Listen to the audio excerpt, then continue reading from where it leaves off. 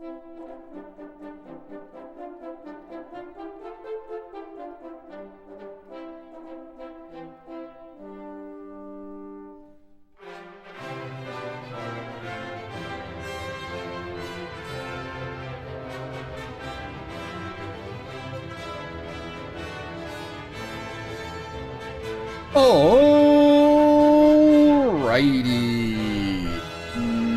Good evening, everybody. How are we all doing tonight?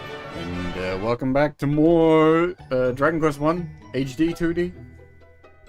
This has taken way longer than I had anticipated. Holy crap. We did a full playthrough of the original game in 6 hours before this came out, and I was expecting this to be maybe, like, double the length of the original game. I don't even know. Like, we've got, like, 20 hours on the in-game clock at this point. Stream time-wise, I think we've done, like, what was the 10-hour stream, an 8-hour stream, and an 8-hour stream. Well, I can't even words. This has taken way, way, way longer than I had expected. Unfortunately, it's a combination of the, the new content really sort of bloats out what should be a very simple story, and the hard mode is just fucked. Like, the balance is just not fun. Yeah. I'm basically just finishing it through on hard mode at this point out of spite.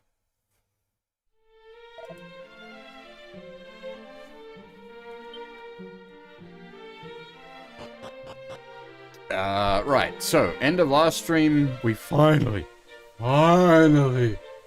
got access to, the final dungeon. Holy crap.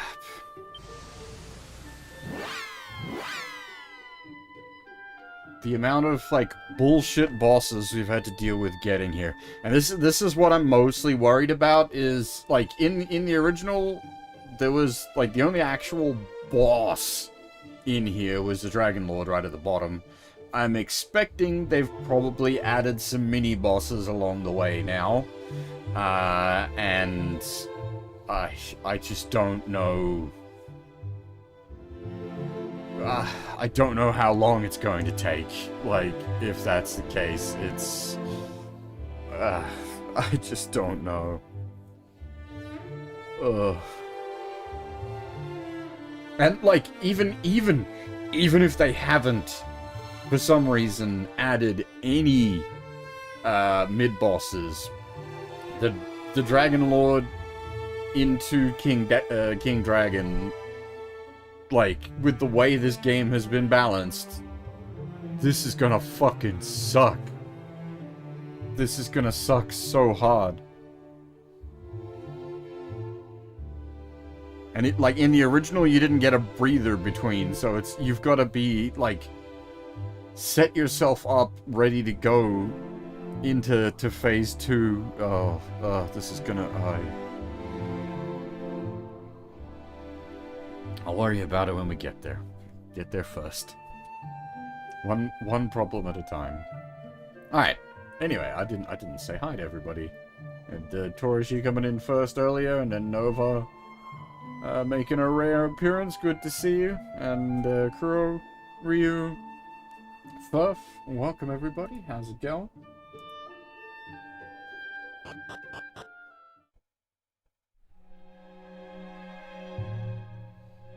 Oh, the water, yeah. Well, so it's like game engine wise, it's still like the same engine as the one they used for 3 HD. So I think these days my streams have been so, because I've been doing a lot of the day streams. You're just at work. But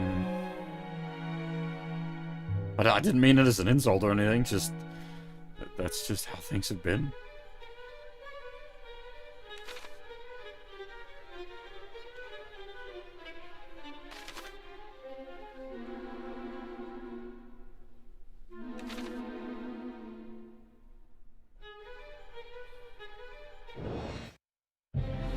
Yeah, Darby, how's it going? Okay.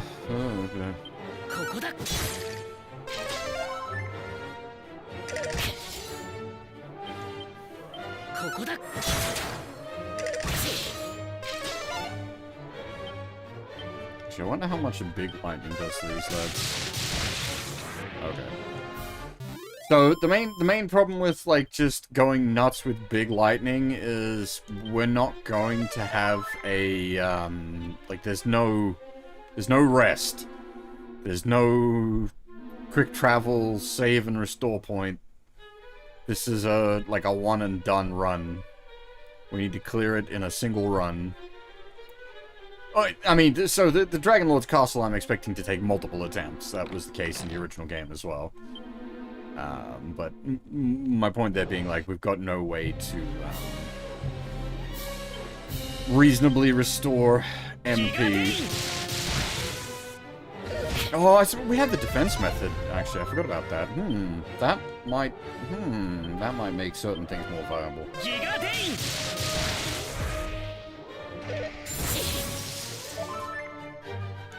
Because, like, we can do this, obviously, against a dragon zombie, not the best method of approach.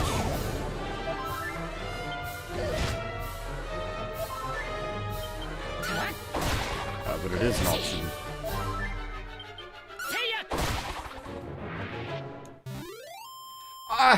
I like the skelly dragons, but this game in particular has made me dislike them. They were there was a pair of skelly dragons you had to fight as a story boss that was just dumb. The method we ended up using to defeat them was luck, basically. If you could land Confuse on them.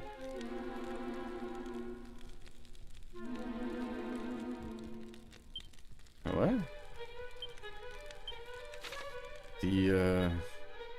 Okay, so, well, in the original, the lower stages were a trick. I'm assuming that's still going to be the case. The regular access lower stages of the castle, you have to go to the throne room and, lower the, well, not lower, but the secret, Holy shit, enemies dropping stat ups. That's kinda nuts. Heh, nuts. Ugh.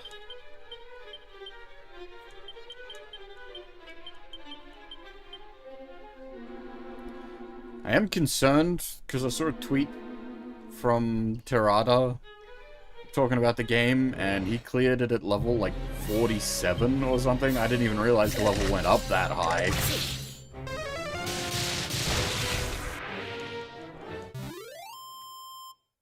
I don't know what difficulty he was playing on. If he was playing on the hard mode, that would have been some, like, obscene amounts of grinding to get to that level.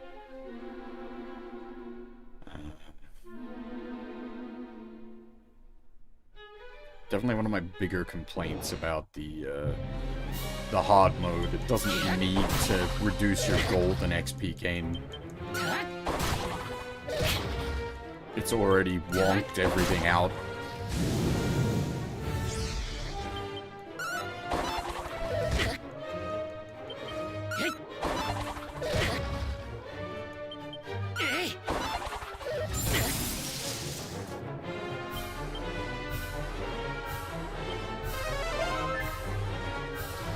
Oh, that's right, we got the, what's that ability that we got? Meditation?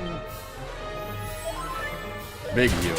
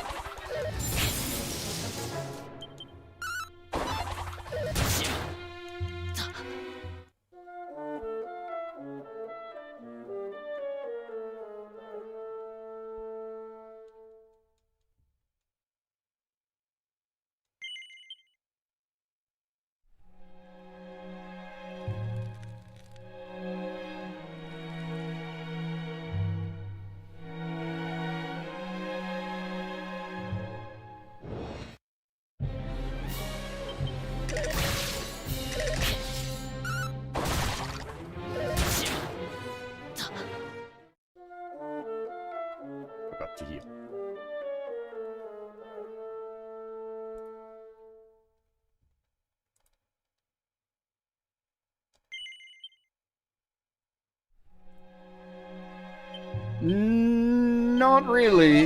The original Dragon Quest I was a one-on-one game. You have one party member, you fought one guy. They did not add more party members, but they added more enemies. It has certainly caused some serious balance issues.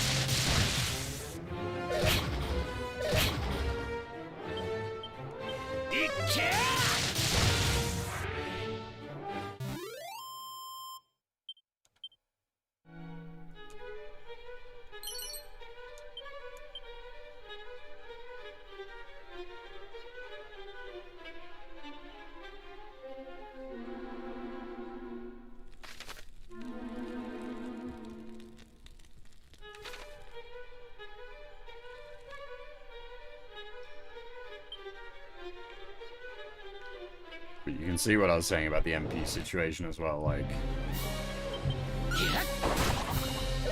Just going whole hog with your big spells. Gas out real quick, it is an extremely non-viable approach to, like, clearing a whole ass dungeon.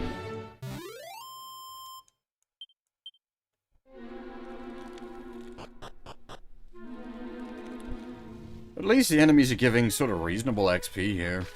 Like, 600 for one dragon's not bad, considering, like, metal slimes give about 1200.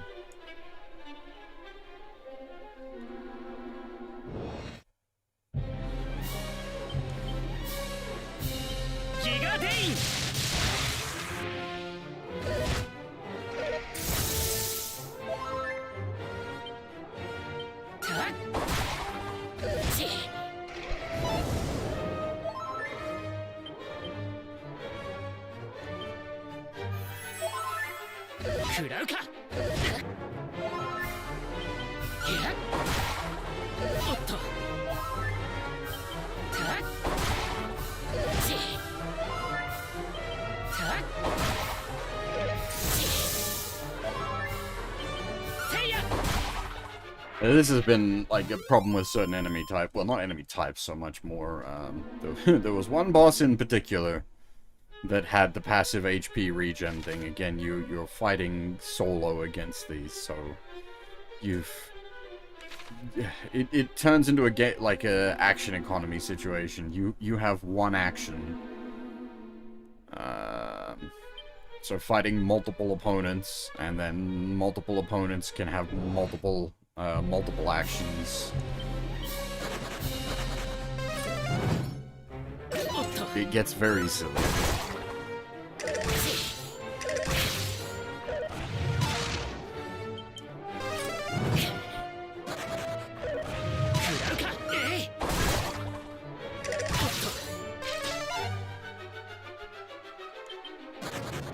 God dang it.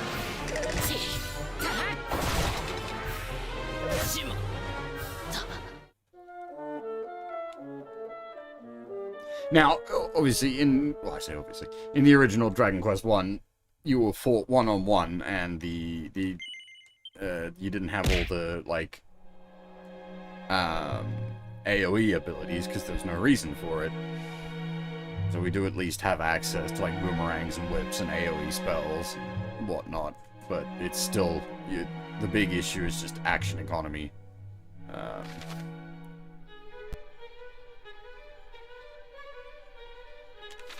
The enemy can just do more than you because they are more than you. So, Deadtail with the 50-string streak, goddamn. Not bad, so.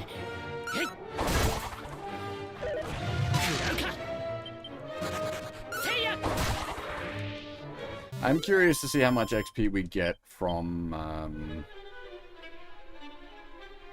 a Metal Babble.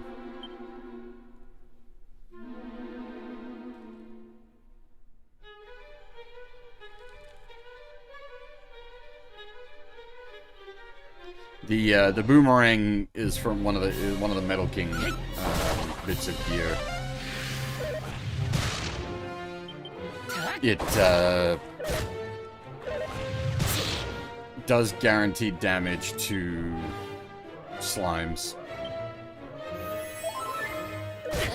Oh, metal slime, sorry.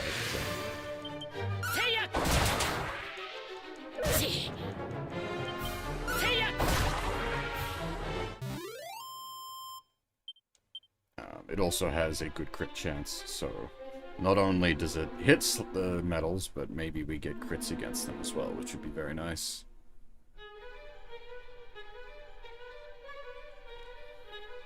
It might be. Maybe that's how Terada got to super high level. Maybe the liquid metal babbles give lots of XP. Well, I guess we're about to find out.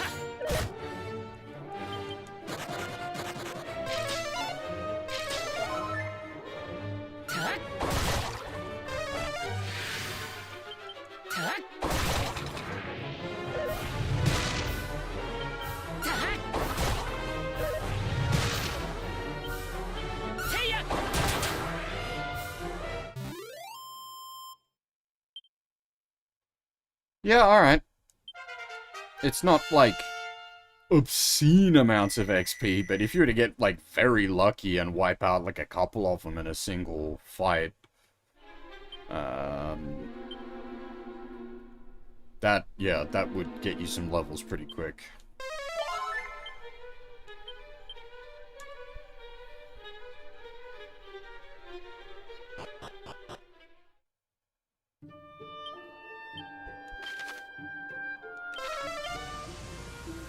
Alright, well, if we need it, the liquid metal grind is a somewhat viable with this setup.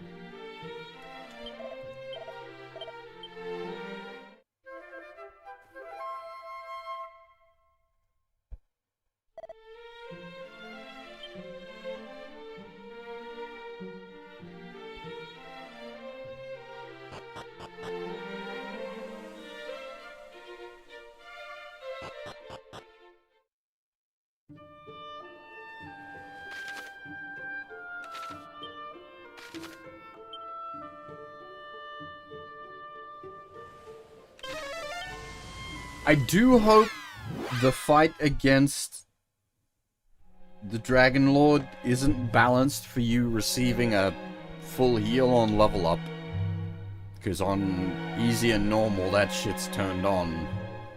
We've turned it off for the hard mode.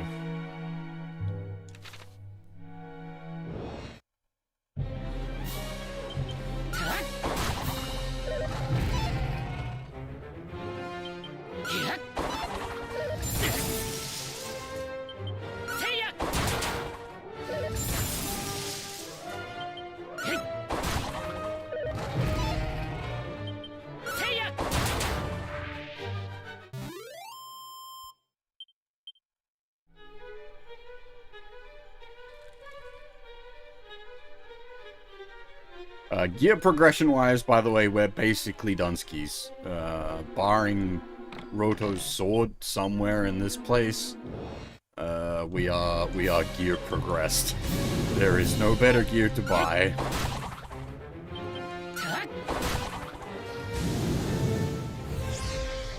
There is the Metal King at 39 medals.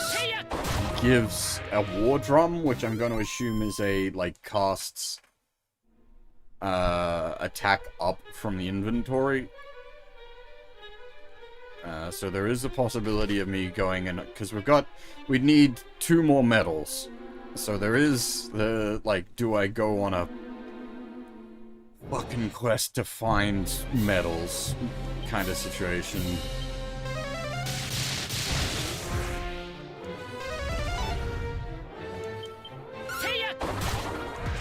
I've actually...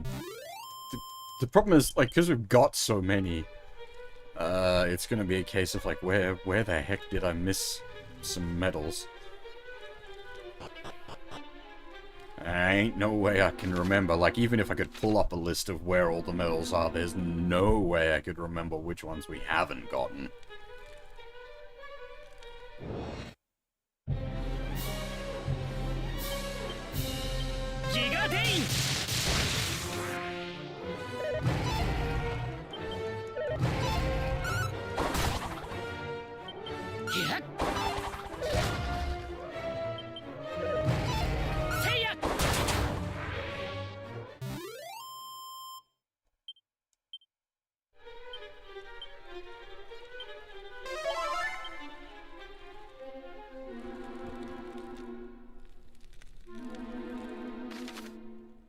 was to pick anywhere we may have missed, it might be,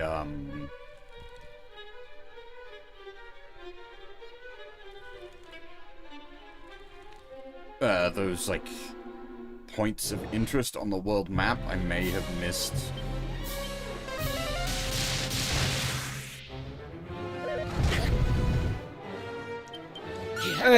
Yeah, look, so... Yeah, that's fair. I can't really argue against how pricey it is.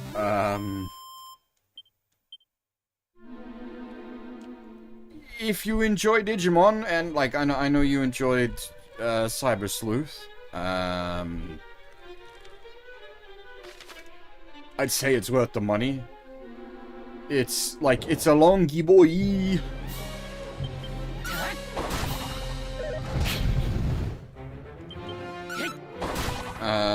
But it's, like, it's a really solid game. And it's not, like, so... Whereas I've repeatedly described DQ1 HD here feeling overbloated, I don't think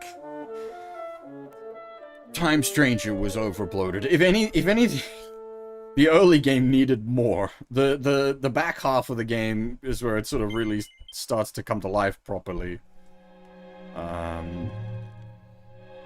I suppose you could argue then maybe the early game is a little bloated as a result.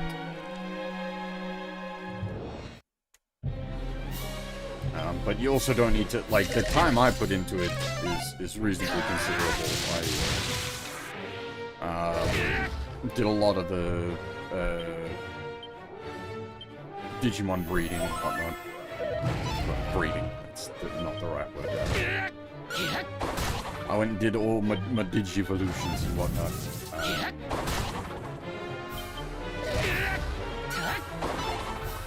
Yeah, like, I thought the story was pretty good. It's nothing groundbreaking, but it's solid. I keep wanting to say it's surprisingly dark, but it's not... Surprising is not... Digimon has always been dark. It's just, it hits you with some stuff. It's like, damn. Damn.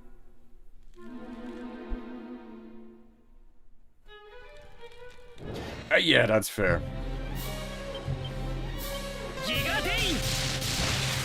It's pretty damn good about, like, it's, like, where you want to go next for both your side quests and your main quest. Like, it's got a side quest and main quest tracker that's pretty damn useful. So if you do step away from it for a bit, it'll be easy enough to come back to and be like, okay, this is what I'm doing.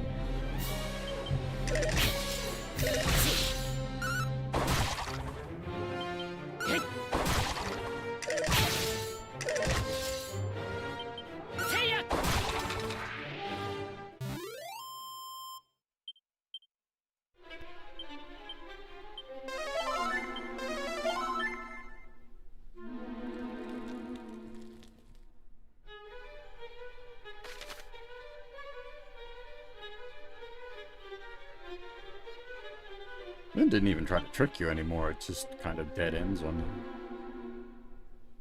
you. Oh, well, actually no, the trickery was later in the main dungeon. I wonder if they still got that. It'll be... I don't know if you could make it work with this game engine, the infinite looping corridor.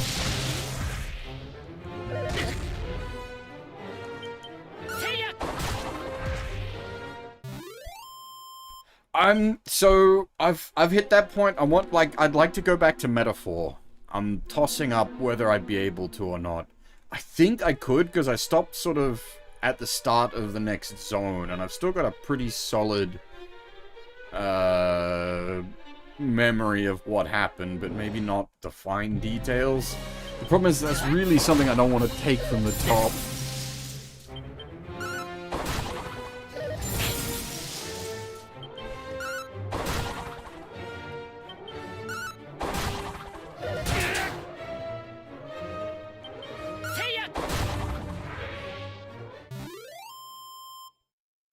So I got up to the island. I hadn't really done any of it. We'd sort of done the starting bit of the island. Hadn't got into the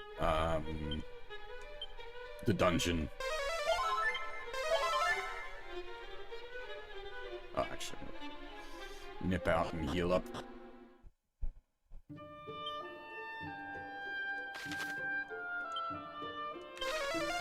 But in my case, it wasn't a drop. Well, yeah, I hadn't hit the dungeon, so I don't know if the dungeon would have been.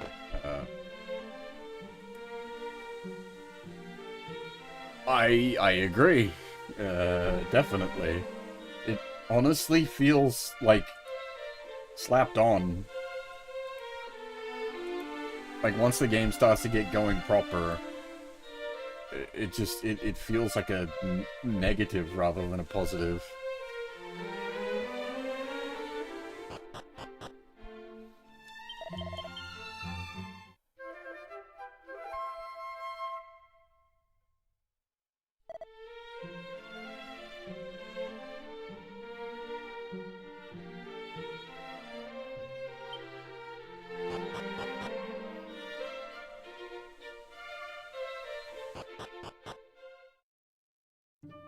So it makes sense in the context of the, like, P3, 4, and 5.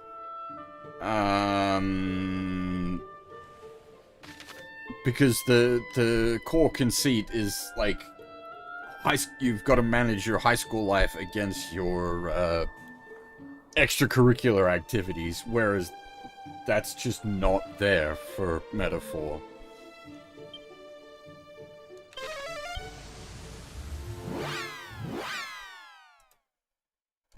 The social links themselves in Metaphor were all pretty good from what I remember. I think funnily enough, the only ones I weren't really into were the super early ones. Oh, I'm blanking on the names. Mr. Swordsman and Miss Knight.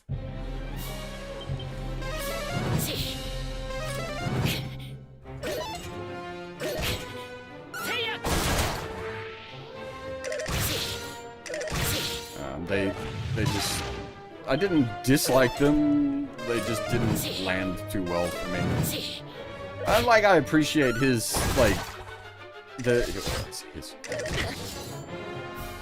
I appreciate the Knight's...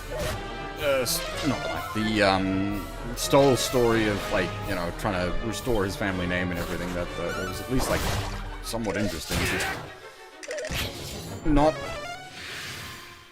ultra compelling.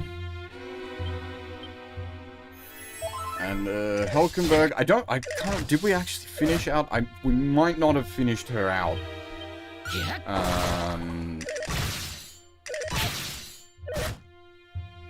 But she was like doing stuff with the.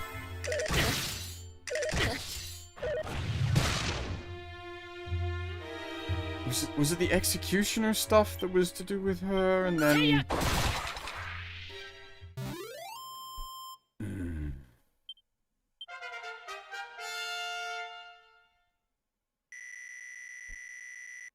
Yeah, the corrupt captain. Yeah, okay. It's starting to come back to me.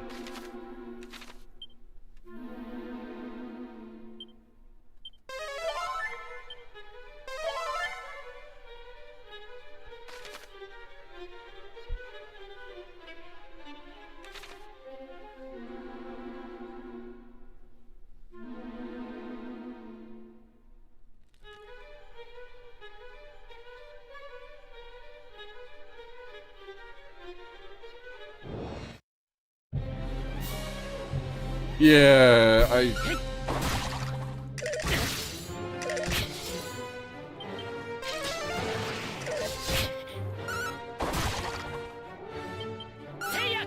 remember that, like, their social link, like, their high rank social link stuff gives them max backline XP.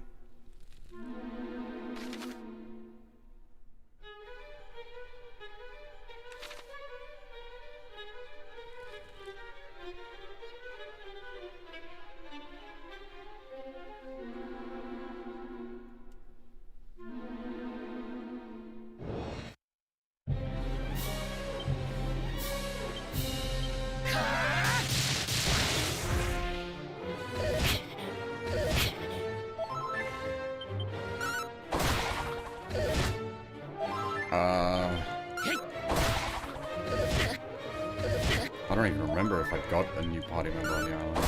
Maybe.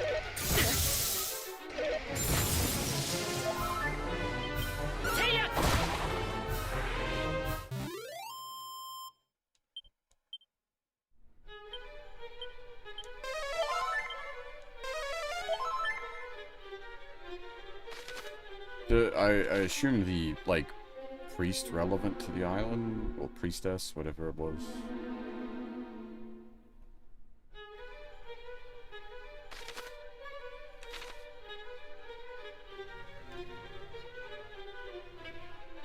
Oh, Juna! You get her a bit before the island, I think? I definitely started using her. Question mark?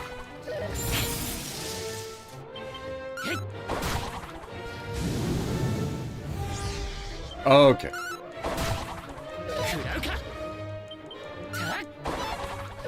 I liked her. I liked her quite a bit.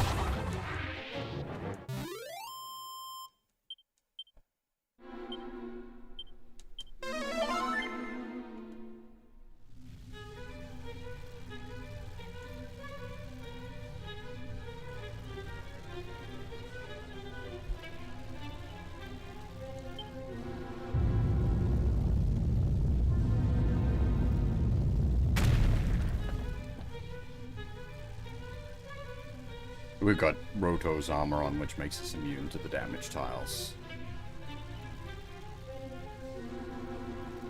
So... It's kind of an awkward way to represent the damage tiles from the original, because, like, the original DQ was like a fully tile-based RPG, so it had, like, hurt tiles. They weren't displayed as a laser grid, but that's, yeah, it's meant to represent hurt tiles.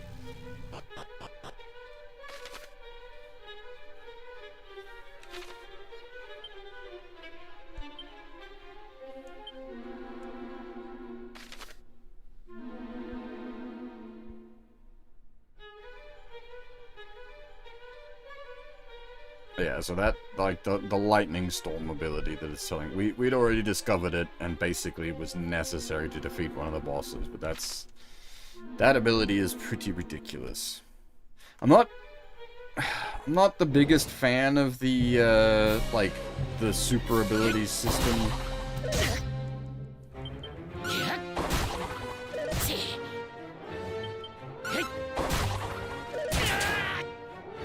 I'd prefer if it, like,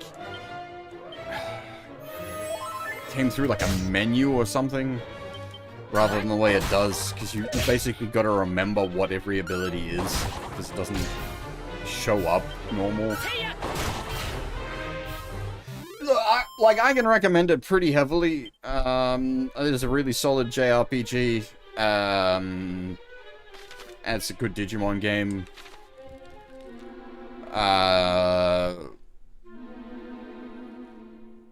Yeah, that's it. No notes.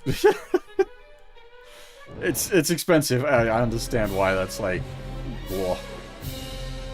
No, I get you, man. 100% get you.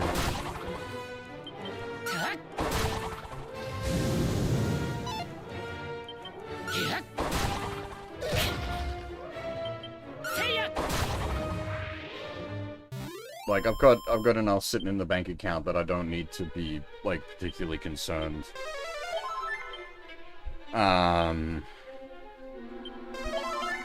But I still weigh up most of my purchases pretty heavily. I still, like, go out of my way to save as much on my weekly groceries as possible.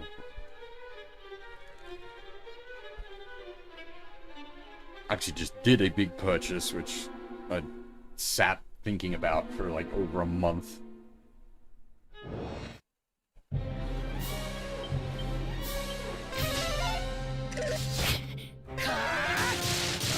Picked up 2 24-terabyte hard drives to throw in the computer. I'm going to consolidate all the old drives down.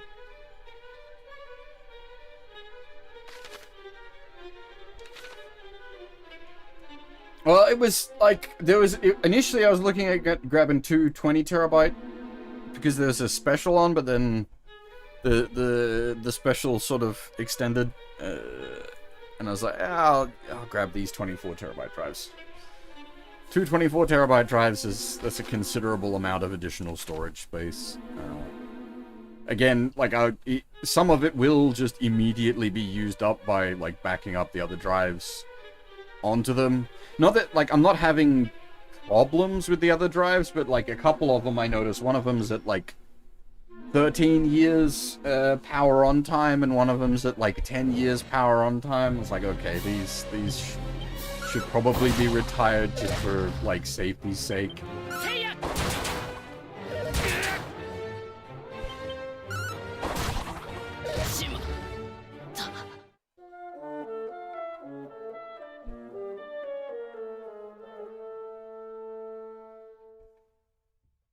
Yeah, what I'm getting is just commercial grade stuff.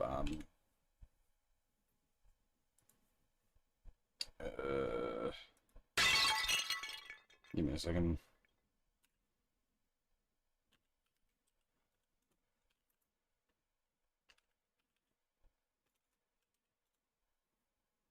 Just regular,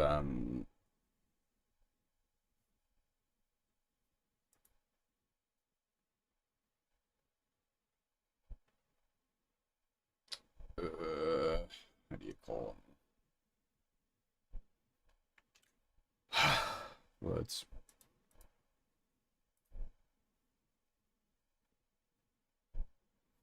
Hey, well, that's the other thing, like, it was also, I was thinking, like, I want to do, like, Mobo CPU RAM sometime next year, and so, like, consolidating the amount of drives down means I can, it sort of lets me expand the amount of motherboards that I can potentially use. I don't have to get a motherboard with, like, 8 SATA ports on it. Yeah, I mean, that had been a toss-up for a while. Was setting up, like, just a NAS.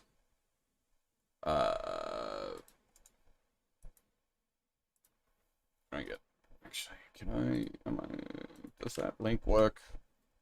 Got 2 of those boys.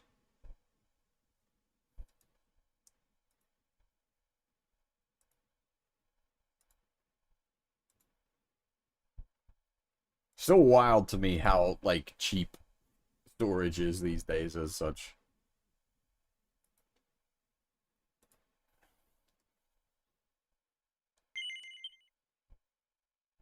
Yes, it's not, it's like, it's cheap in relative terms, but it's not like that's an expensive, yeah.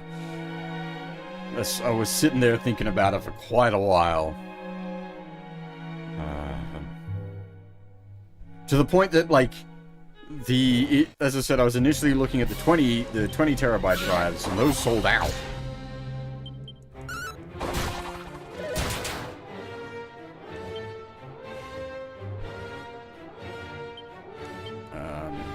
But yeah, it's like,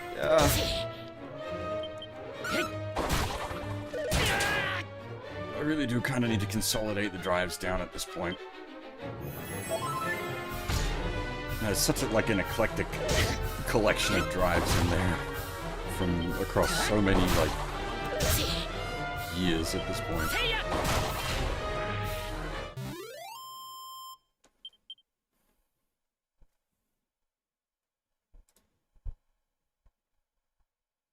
Yeah, so that's your, like, your fancy, yeah, server end version, which I was like, it's not,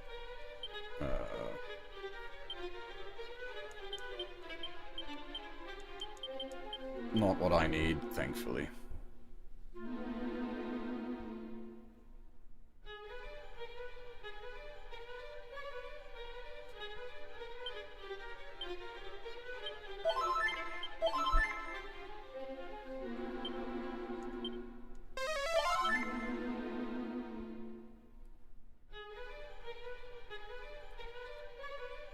The other option was going, like, refurb drives that were, like, X data center or the such. I did consider that for a while. There's a bit of money to be saved there, but then, yeah, you've got how much, like, read-write has already been done kind of thing.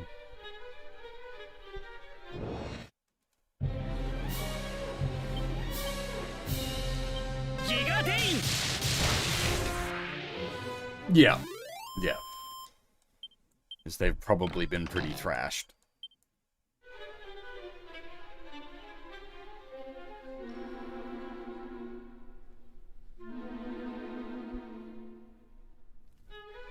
Yeah, well, like, supposedly they go through, like, a proper refurb process, but, yeah, no, it's,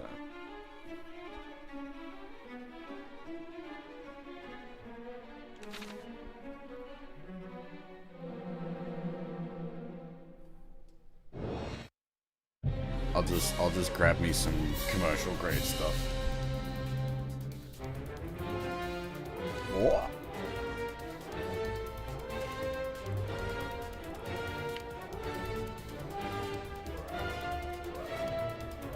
Hey, Mr. Red Eye, thank you very much for the raid, sir. How's it going? Welcome, everybody. I need to get around to playing Silksong myself, but there's so many things.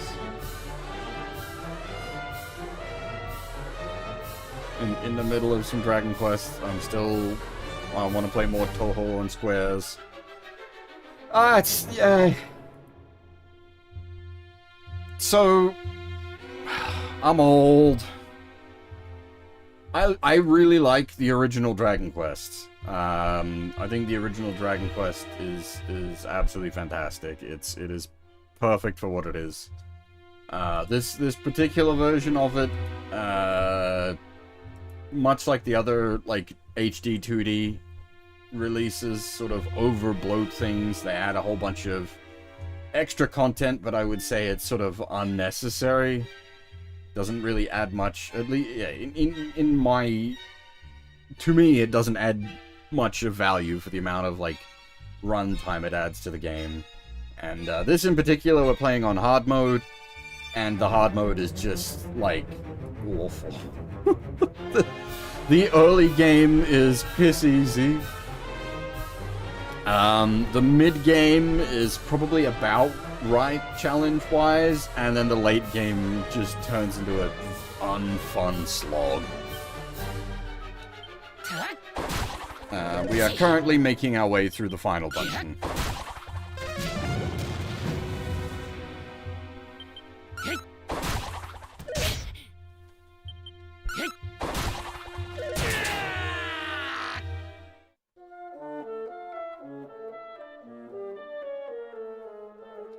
Yeah, well, I mean, so, like, part of that's on me.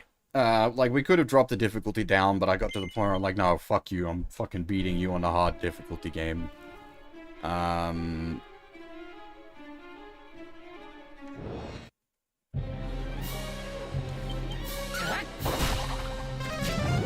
Oh, I was pretty upsetty about certain boss fights. Certain boss fights got pretty... it does matter. There's a difference between angry and disappointed. That is very different. I am both angry about things and disappointed, so it is both. It depends on... For the moment right now, just disappointed. If we come across more monstrous boss fights that are just unfun, that's upsetty.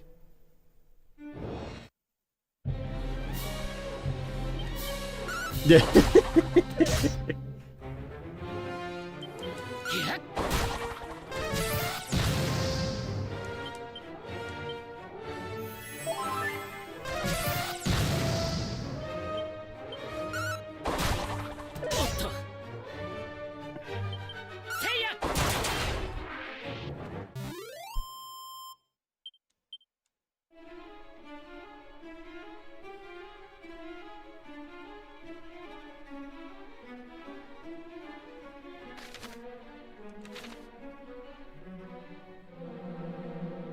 But it's like, and I need to condition it with, like, I am playing it on the hard mode, and I am a big fan of the original game.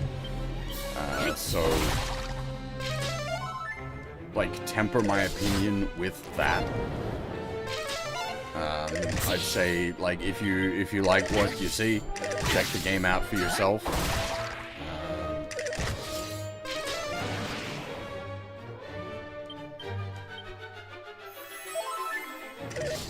don't let me... Yeah, well, so the problem is, like, the early game was already too easy on hard mode, so I don't even know, like,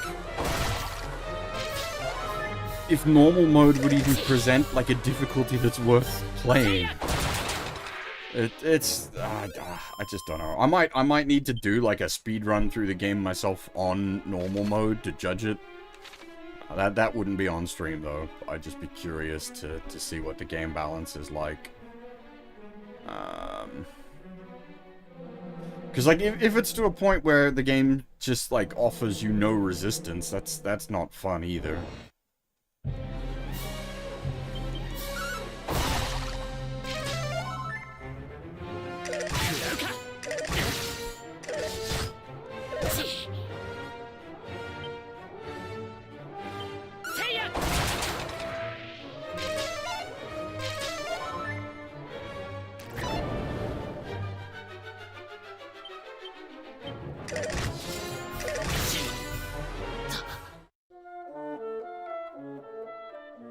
But yeah, I don't know, the hard mode just doesn't feel fun to play, unfortunately. Like, the dying to fights here is to partially because, like, we're a bit underleveled,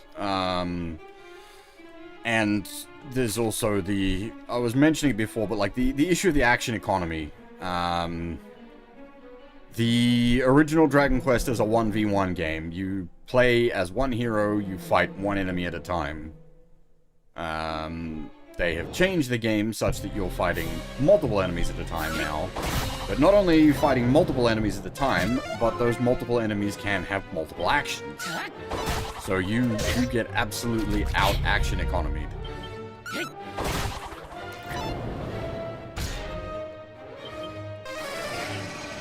Yeah, that's fair, Mr. Red. I'm pretty sure Nova's in the same camp there. Octopath, yeah.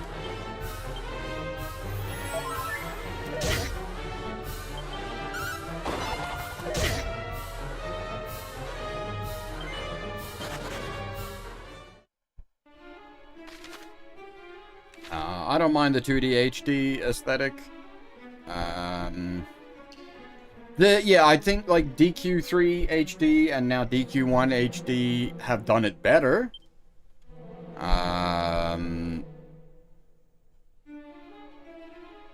But they're more stylized as such anyway. Like the sprites we're operating off for the characters and the enemies are all Toriyama style. So they've got a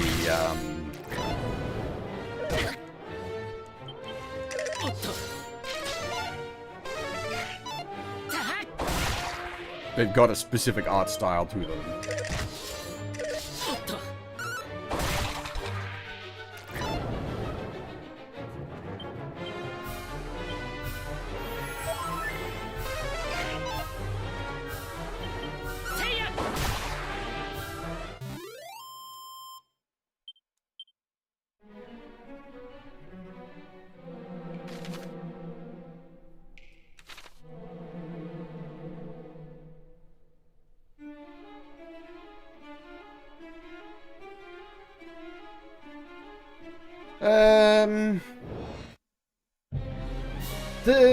Yeah, again, that's, like, I understand where you're coming from, Mr. Red-Eye. That's totally fair.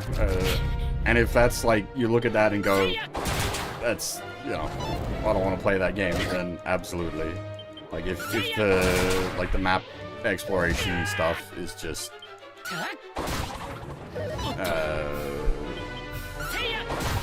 like a deal breaker for you, then yeah, they're definitely, avoid the game.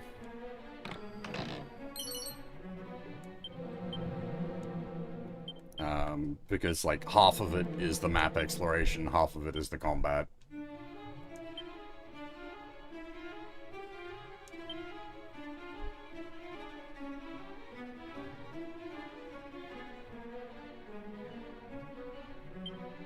Do I start using MP restoratives?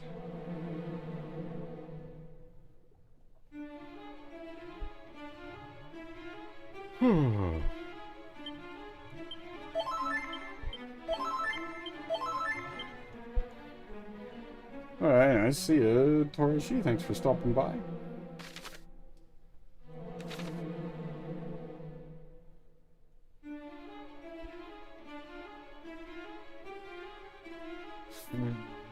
So it was another thing. The original game did not have MP restoration at all.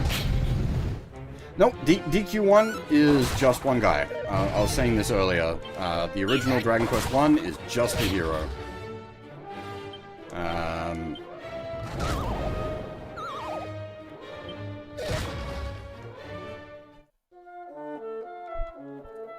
And that's why the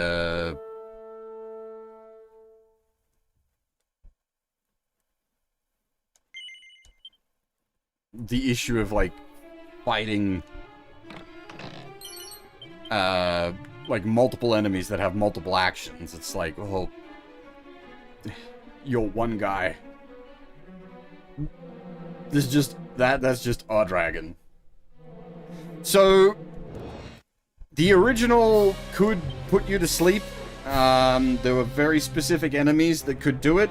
The answer to that was just cast stop spell.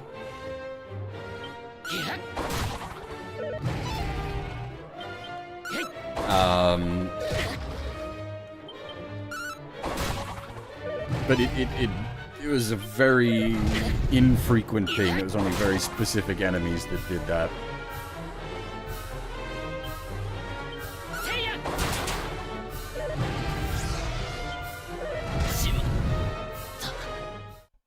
The trade-off here is it's got the continue from the last autosave, which basically it autosaves after every battle. So death is almost meaningless. Which, I suppose, thank God, because if death was as punishing as it was in the original, then that would definitely change things. Unfortunately, it's now sort of out the other end, to the point where death is yeah, basically meaningless.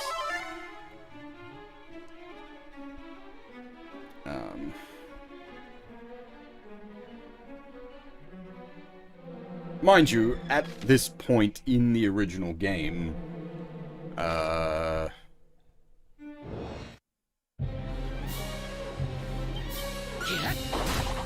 death was mostly meaningless, because the main punishment for death initially is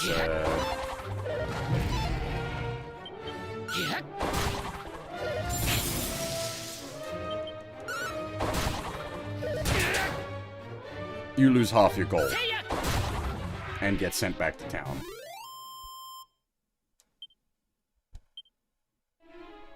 Yeah, you've got the, like, emergency escape options are always there now as well. But that's fine. My issue is just that they cost 0 MP. So it removes the, like, having them have an MP cost, there's a level of, like, okay, I know I'm low on MP. There's no MP restoration or limited MP restoration.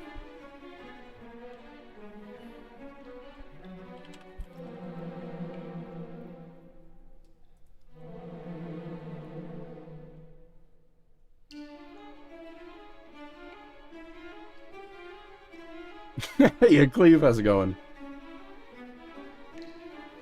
I don't consider that QOL. The being able to teleport, like, properly, I consider QOL, rather than only being able to teleport back to the starting town. But, the teleport spell and the, escape dungeon spell costing 0 MP, I don't count as QOL, I count that as a downgrade.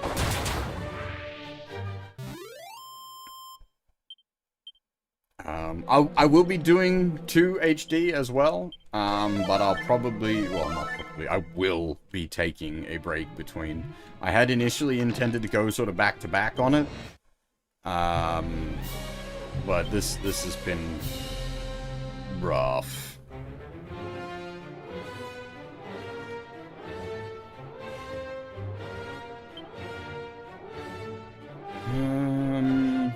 There's nothing that really kills these damn bosses.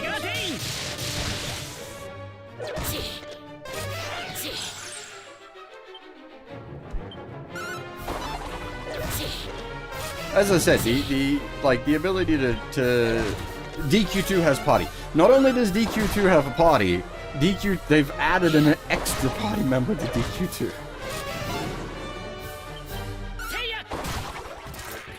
Also, note the enemy casting instant death there. It didn't hit us, but just think about that in the context of a one party member game.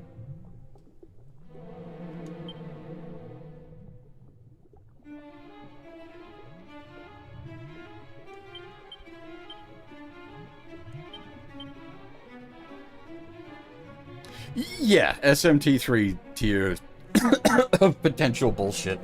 Thankfully, you do have an item that dies in place. The diamonds will eat an instant death spell for you. I'm interested to so. It's complicated. DQ2, I think there's a lot of room for improvement on. DQ2 is not... Like, DQ1 is a very simple experience. It's very short, to the point, it delivers what it intends to deliver, and it does it in, like, a very direct manner. DQ2 is quite different from DQ1. DQ2 is significantly greater in scope and scale. And I think there's a lot of places where DQ2 could be improved. And in fact has been improved over the years with the different versions. So I'm hoping that what they've added and changed with DQ2 will result in a better game. DQ1, yeah, as I said, they've, like, to me, they've added too much.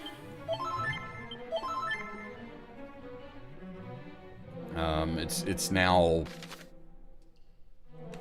over bloated with the extra content and the how rough the hard mode is. It's definitely entered into the, like, unfun territories.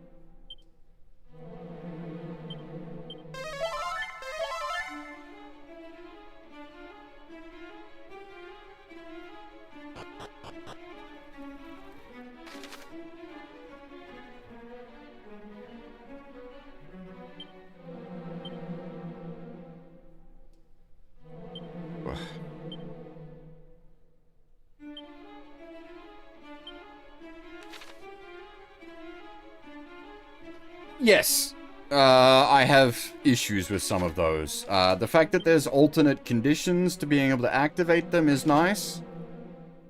But yeah, like the initial, like, what you initially know for the half health thing is, yeah, you're just gonna die if you're trying to use them.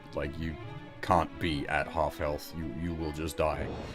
But like my bigger problem with them is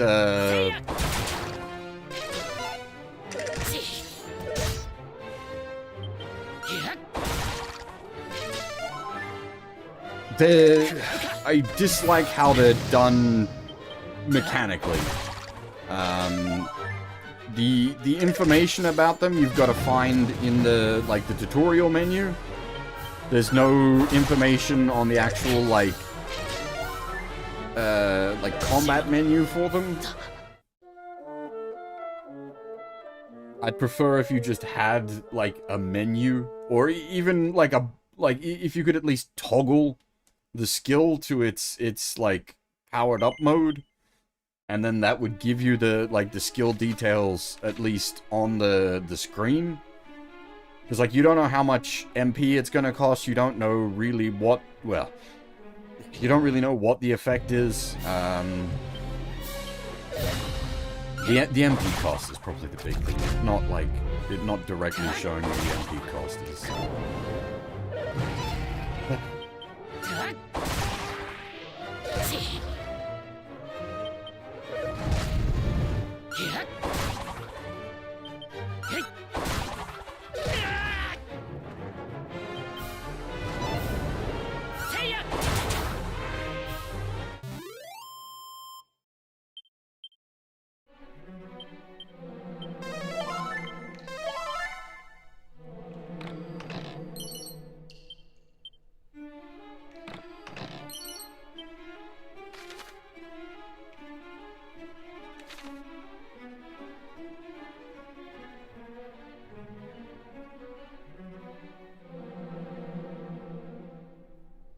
Yeah. Yeah, gold in the final castle's a bit like, what are we doing? It always just feels kind of insulting.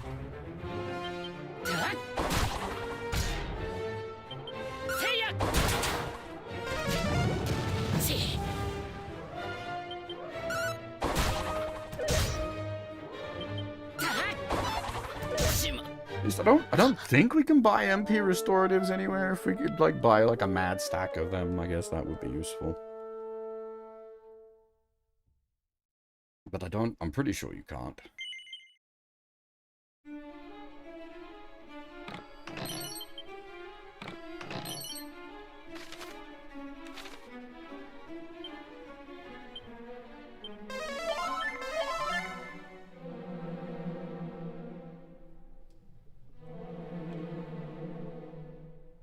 Yeah, well, so, at least in this case, there is the, like, the best sword is in here.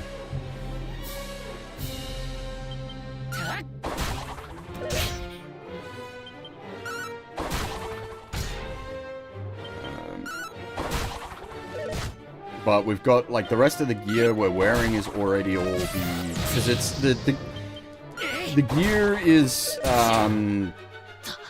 important as well, so we're in the full, like, heroes gear, which is like legacy hero gear from the previous, like, from the actual legendary proto.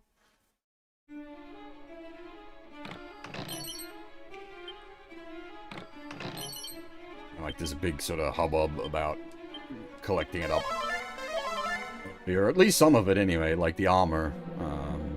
The shield and the hat are kind of a bit of an aside. But technically the shield and the hat didn't exist in the original game, so... It's just the sword and armor.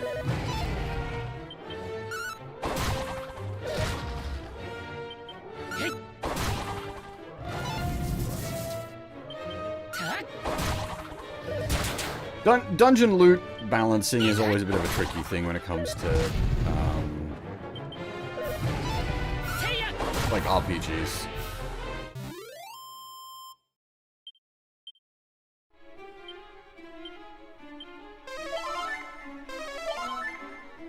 Because you do hit that point of, like, well, what is the point of, the dungeon gear versus the, like, the shop bought gear? Depends on how many, like, alternate sort of side grades, I guess, there are. And this game does actually, to its credit, it does have what I would consider some, like, reasonably important side grades mechanically. The armor and other defensive bits of gear that resist specific, like, breath attacks or like fire and ice elemental attacks, that sort of thing.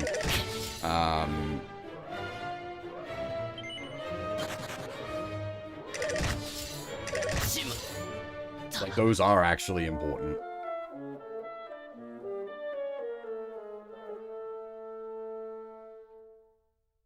Well, I mean, raid gear, it depends on what you're doing. If you're doing progression raiding, then like, those extra numbers do matter.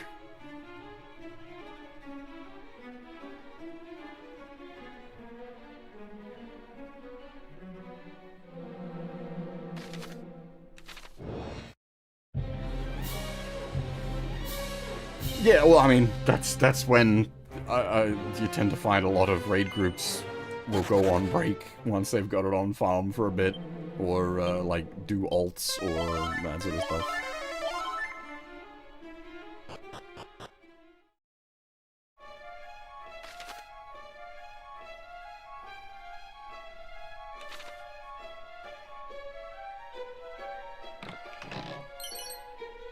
The funny thing is, most of the gear, like the actual gear we've gotten in this dungeon, is all cursed gear. Which is at least amusing.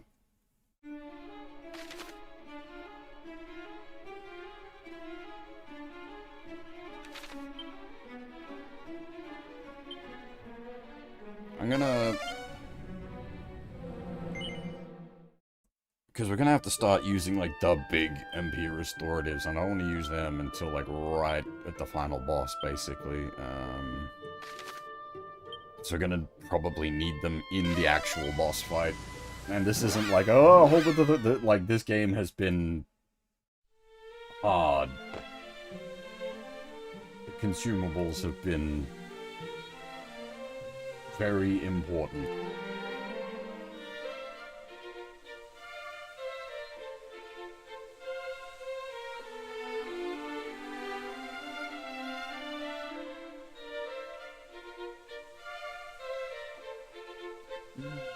But yeah, I'm pretty sure we can't buy MP restoratives, but I'll go check some of the, like, the end game shops, the Metal King shop, the Dwarf shop, see if those... I doubt they'd sell even the most basic of MP restorative. But we'll take a look, maybe. Maybe.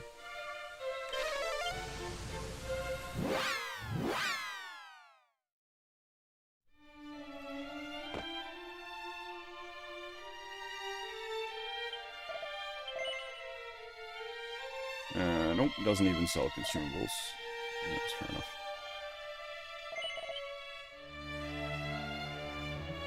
There isn't any other shops in here, is there? No. I also have issue with the teleport spell not bonking you on the ceiling. That's why, like, the evac spell is literally pointless. The point of the evac spell was it got you out while you were inside, and then you could use the teleport spell after that. But now you can just teleport while inside. It's like, quality of life, I don't even, like, the amount, it saves such a small amount of time in menuing, and you give up a piece of, like, the flavor of Dragon Quest to do it.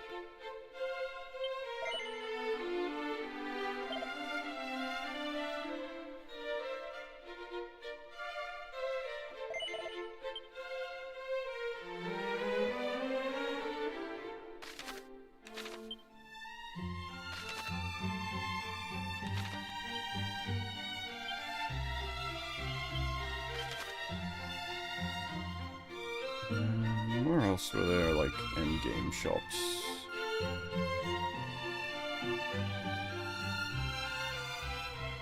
And a Metal King, maybe? There's some expensive stuff down here.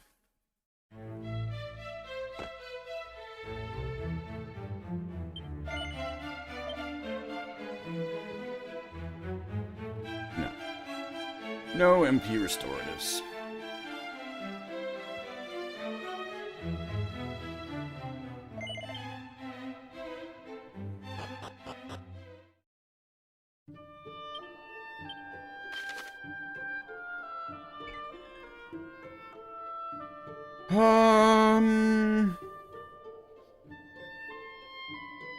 The only other place might be the specialty crafting stuff from the ferry.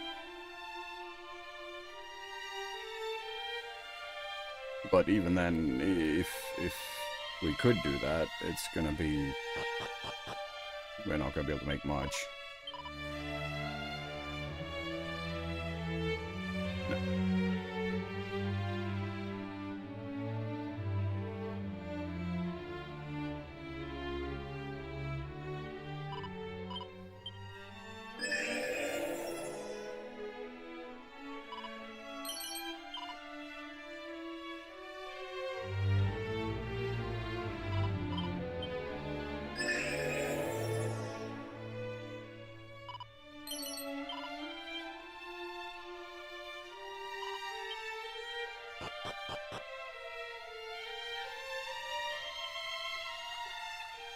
I keep forgetting, technically it would be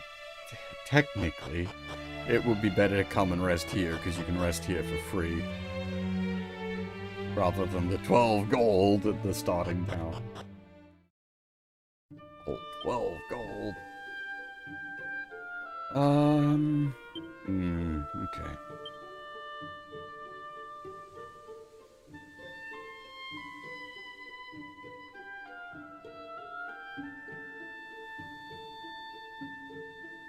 So the elephant elixir we're gonna conserve for the final boss, and probably at least 2 of those sage's elixirs as well. How many do we have on hand?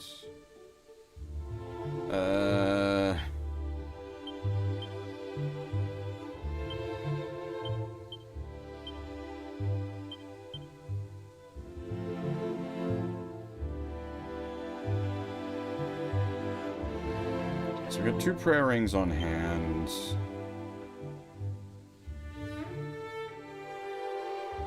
One prayer ring in the bag.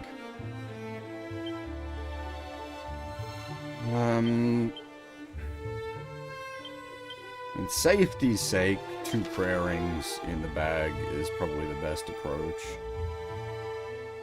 It's just gonna come down to, like, whether how long the one in the bag can last without shattering.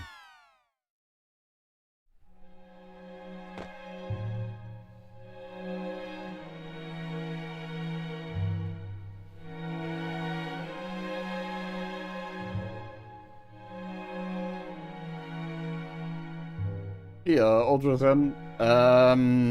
We're at the end of Dragon Quest I, and this particular version is the HD-2D remake that came out a few days ago.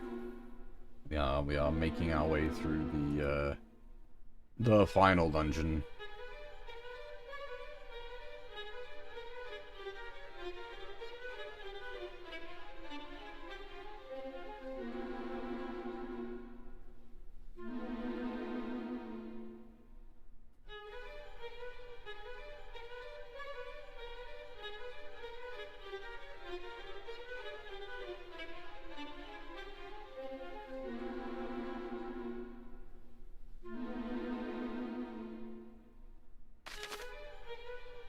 Okay.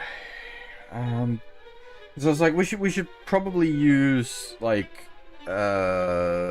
repel. The effect might not work so good through here, but we don't really want to repel on the first floor because the first floor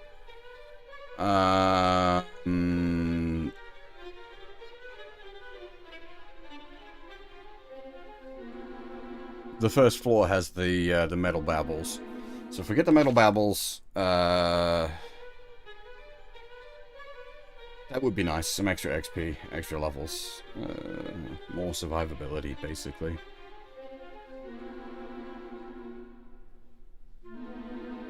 After the first floor, we haven't seen any metals, so I think... Actually, why don't I I can just scooch from non-metals?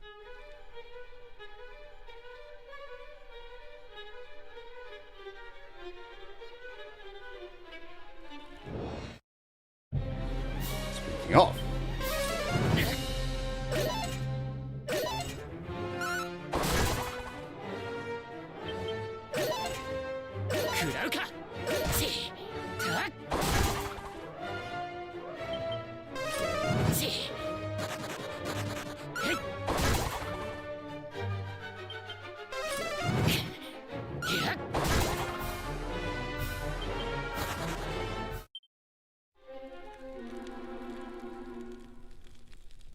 So this weapon in particular actually has a higher crit chance and can hit metals. Normally you can't even hit the metals. It's only because this weapon in particular, like, is guaranteed to do 1 damage to them. There's a chance of just sweeping them regularly. Normally, yes, you've got to be crit fishing against metals. I mean, you can try to take them out normally, but it's like the odds are so against it. It just because this weapon in specific is an anti-metal weapon. This boomerang that we're using, the Metal Wing Boomerang, is from the Metal King as well. So the stuff you get from the Metal King tends, like, it's extra collectible stuff. So it's sort of somewhat outside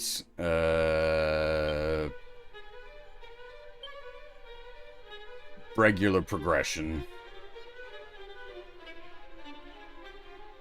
What was I doing? I was seeing if repel works. I doubt it. But we'll see.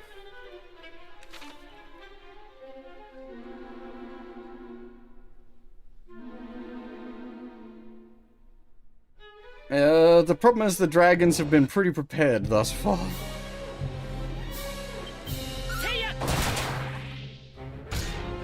One of the harder boss fights in the game was the green dragon, which if you played DQ1, like any version of it, you'll know to which dragon I refer.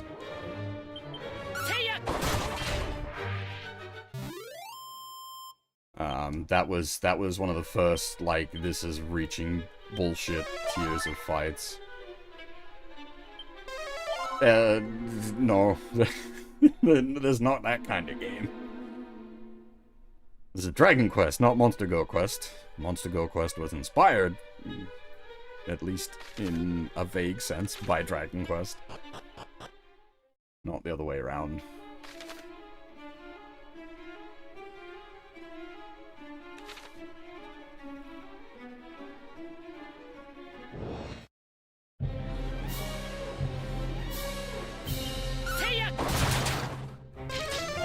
Yeah, you can see, like, we get a few lucky crits here and there with this boomerang. Like, it is, the crit is really good for, like, going metal fishing. I really, really, really hope we don't have to. But if it comes to it, we can, attempt a, metal grind.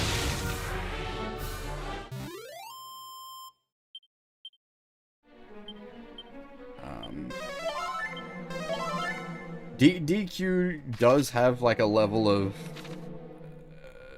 you are expected to grind a bit, but it's usually for gold rather than XP. And we're already at the point where, like, money is effectively useless. We've got nothing to spend it on. There isn't any more, like, gear progression. That's the wrong one. That's the no hurt tiles, but our armor already does that. Yeah, that's sort of what I was worried about, Cleve. I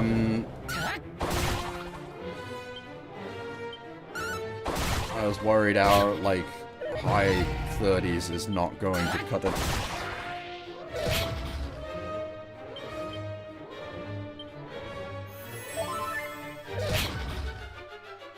But we'll get in there and see.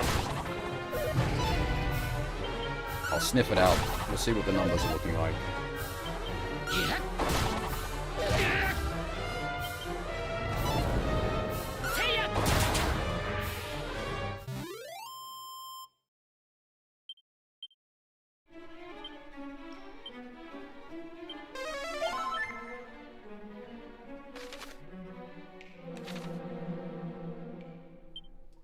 Yeah, no, well, that is probably where we're going to end up.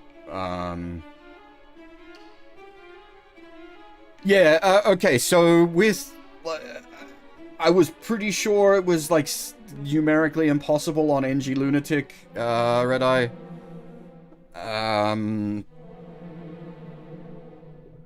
But I don't think everyone sat down and done, like, all possible eventualities, but, like, it's... If it is possible on NG Lunatic, the setup for it will be just obscene.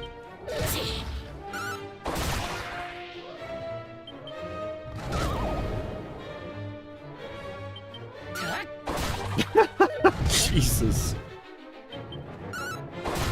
What was your turn counter on that one? Another 200 plus turn counter?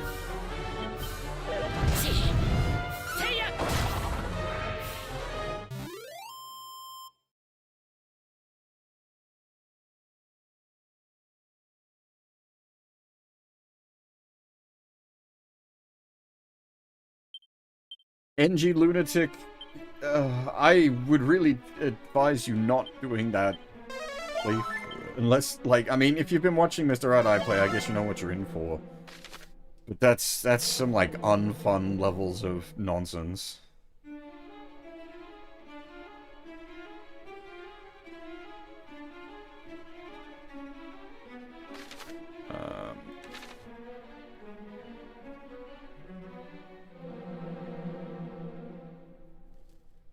And, like, it as I said, it may legitimately be numerically impossible.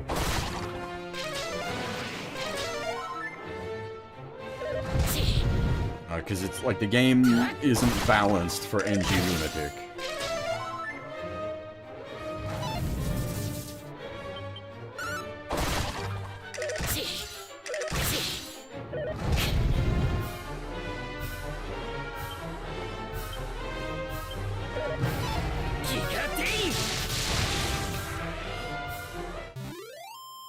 Yeah, sorry, we're talking about Fantasy Maiden Wars, which is Super Toho Wars. It's literally SOW mechanics.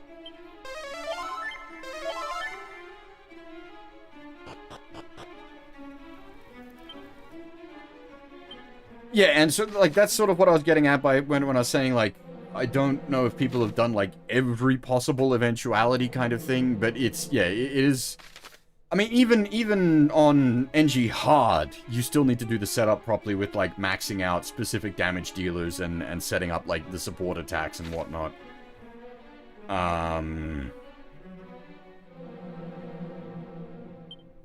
Yeah, that's... I was saying this as well, Dead Tail. It is one of those things where I wish you could have the Lunatic AI, but with the, like, the hard math. I want the, like, the more detailed enemy AI, but without the stat bloat that Lunatic brings.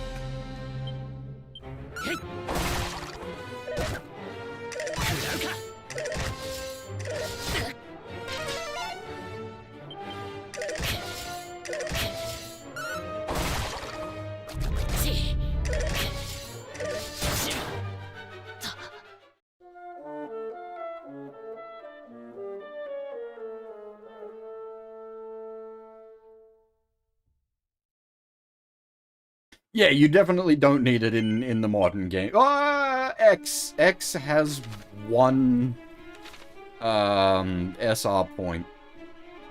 That's a bit of a doozy if you don't have a support attack set up in time for it. Like stage 15 or so, defeat Skelebat, and he has like a pretty aggressive retreat value.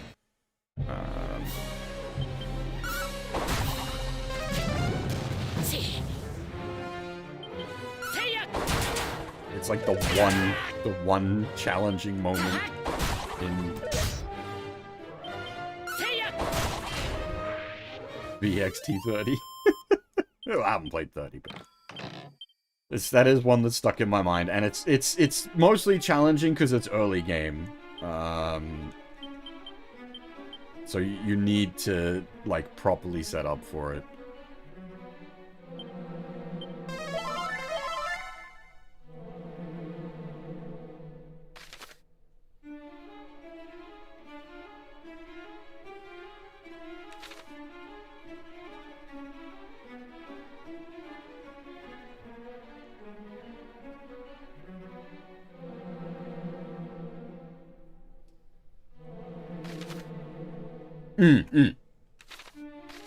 Well, so, like, the lunatic difficulty in Fantasy Maiden Wars is like, stupid.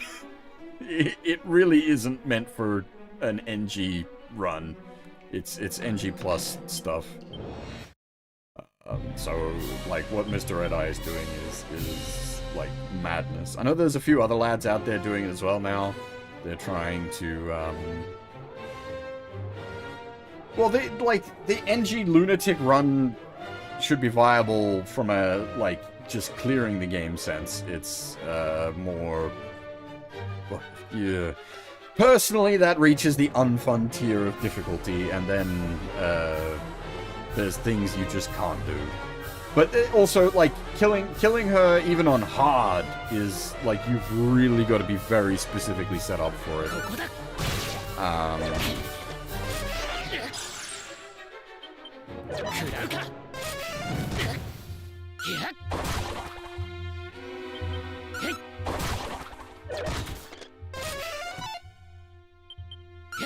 But yeah, the fact that she's carrying the solar panel is, like that, I did the same thing. I was like, holy shit, I need this. Early access solar panel. Oh, gimme, gimme, gimme. But, yeah.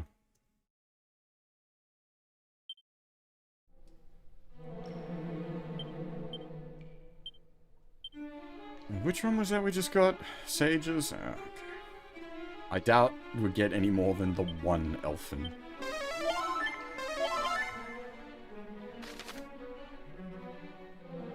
So, like, you can, on easy and normal, you can absolutely kill her there. On hard, you have to have done some pretty damn specific setup, but it is possible. You just have to have done the work ahead of time. On Lunatic, it's probably impossible. The numbers just aren't there.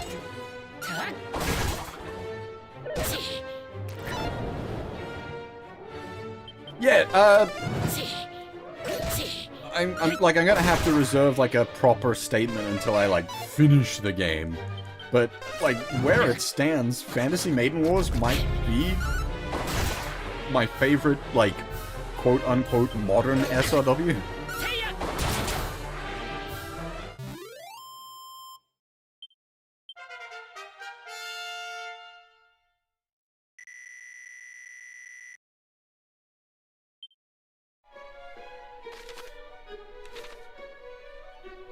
I call it, like, a modern SRW because it has the,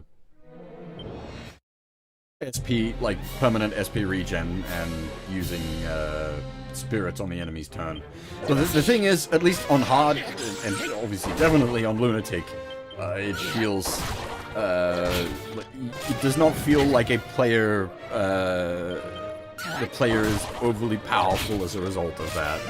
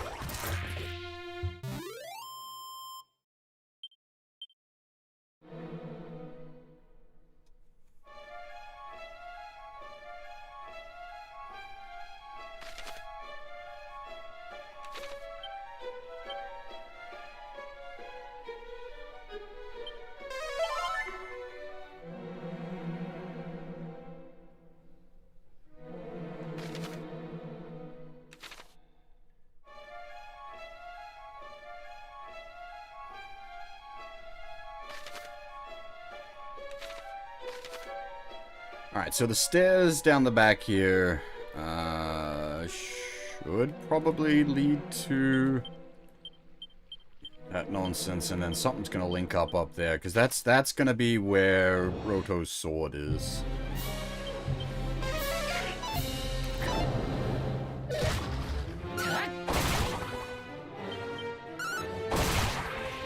Yeah, it was like, and it really felt quite deserved when you, like, try to fight her and she is actually legitimately a powerful threat. Like, everyone starts shitting their pants when she shows up, and, like, for good reason.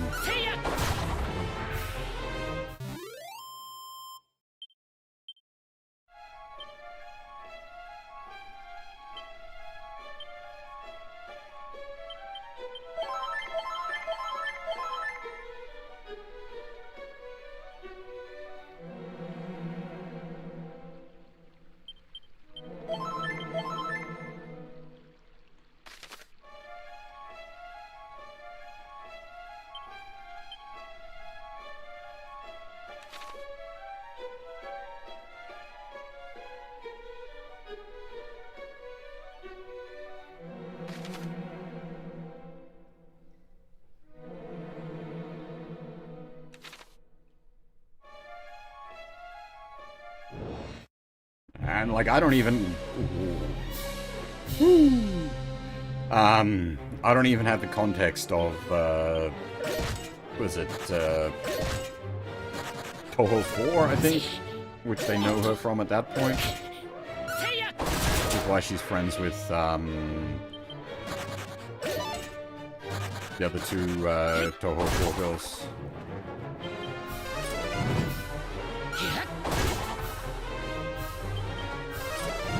It is very, like, SRW. The game really understands itself. It's pretty great. Did we get 2 there? That's a lot of XP. Nice. Oh, damn, the 2-level XP is getting pretty high now, though. I think I said this before, but I'm not, like... That was not quite what I was expecting. Oh, wait, is this the infinite looper?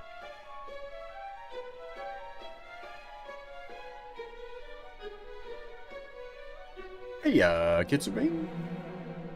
How's it going?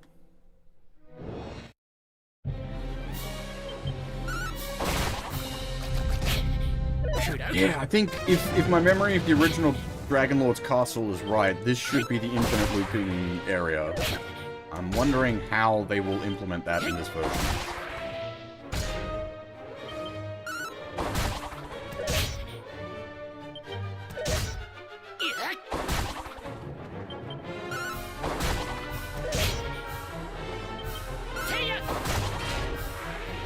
Bad Apple was also from Toho 4, right?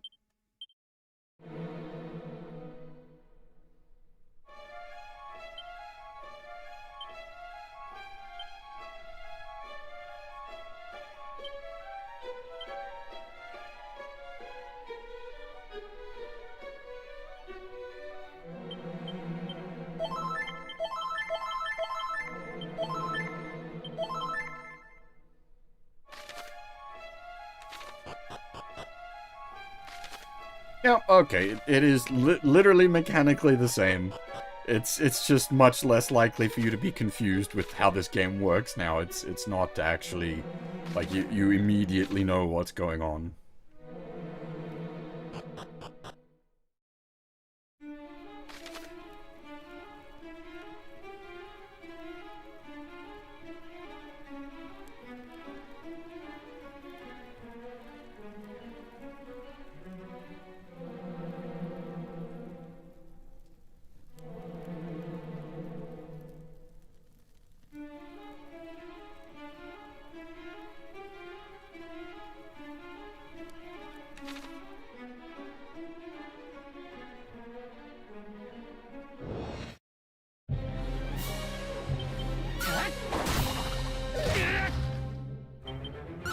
The, like, resource reserving way to do this would just be to run from everything.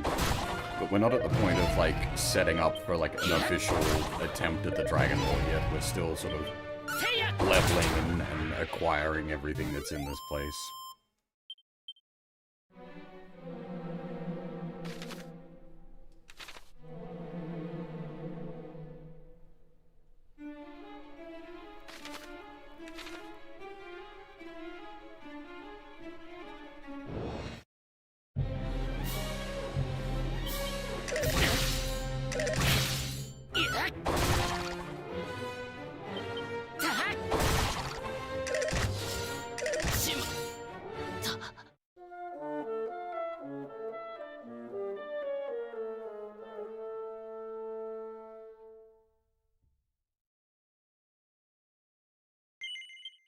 Yeah, I think I've said it a few times. Unfortunately, I am not a lore expert when it comes to the Tohos.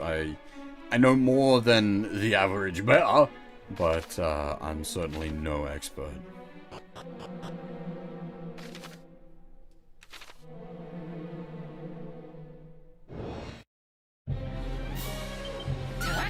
Like, I've actually played and cleared a bunch of the PC98 games, for example.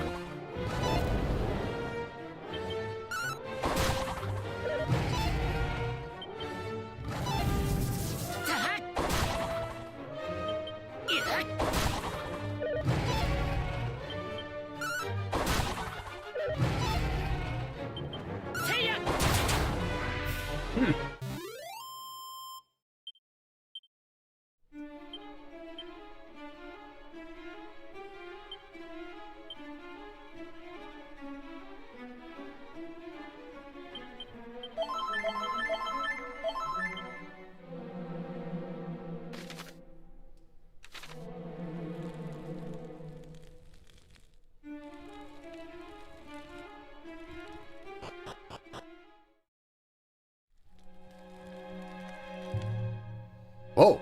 Hey, look at that! It's not even a treasure chest. It's like fucking stuck in the ground. That's pretty cool.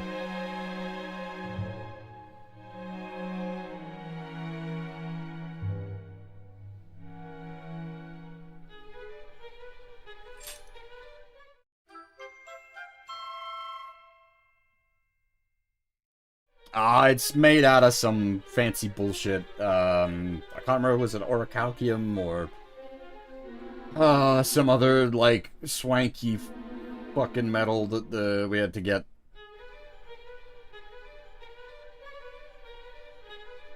Yeah, magic ore, basically.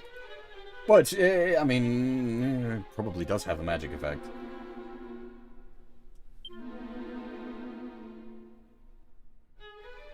Let's have a look.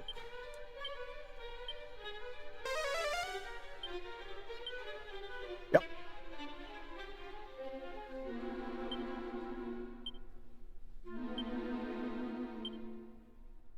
It does indeed have an active effect when used. Now, it's probably going to be stronger. Oof, quite a bit stronger. Not just free magic spam, free AoE magic spam.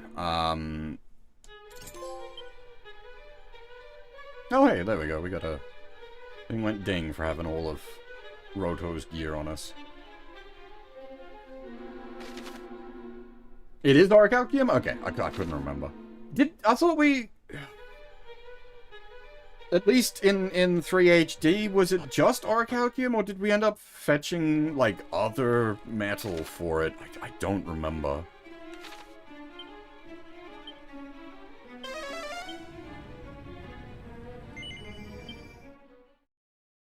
I remember it being a bit of a fuck around.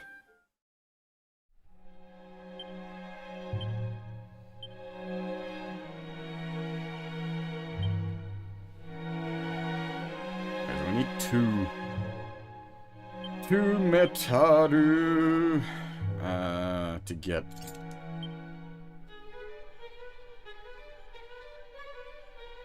the level up. So I'm just gonna basically take a short grind here, get us to 40 at least. I should have healed. Well, it's not like it's gonna be that big of a... Okay, so it's an unknown metal initially, and then reforged with orichalcum. Alright.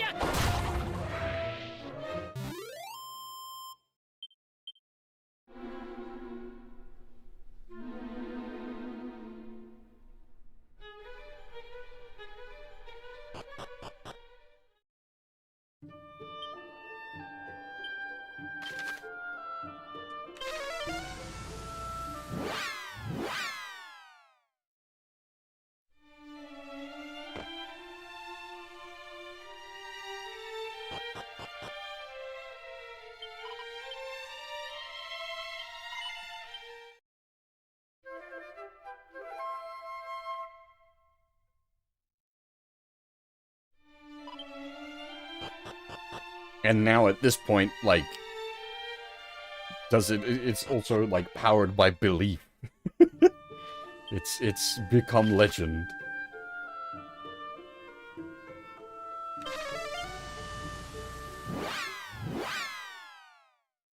Oh!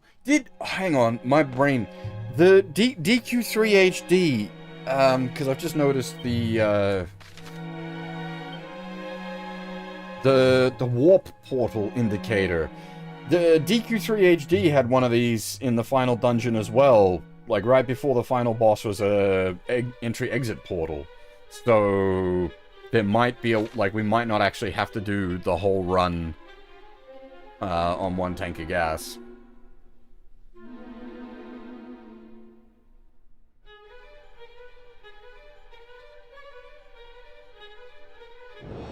See, yeah, I don't remember all the details. Yeah, like especially when you get into 11 as well, also being part of the continuity, and then the changes that the HD versions make.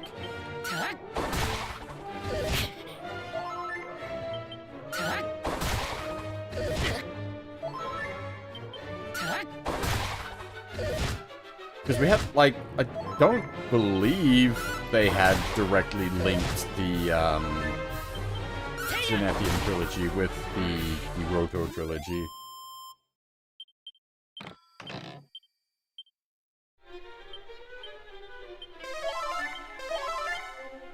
Thematically, obviously, but not in a more direct lore sense.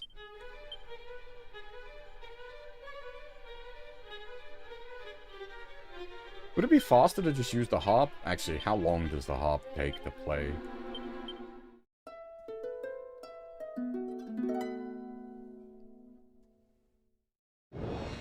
It's probably about the same.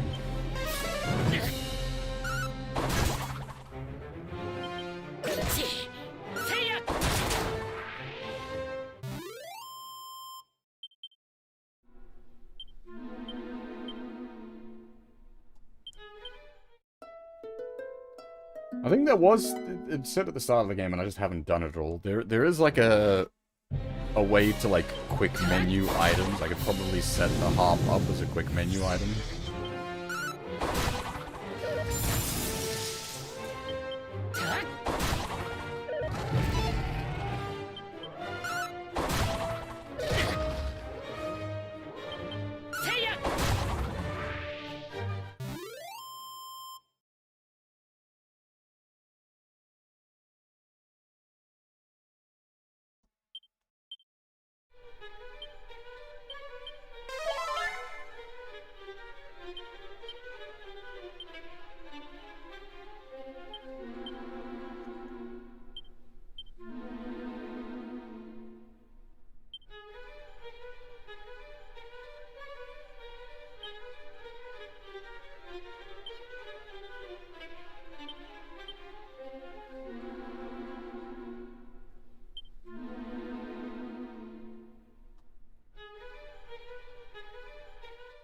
Okay.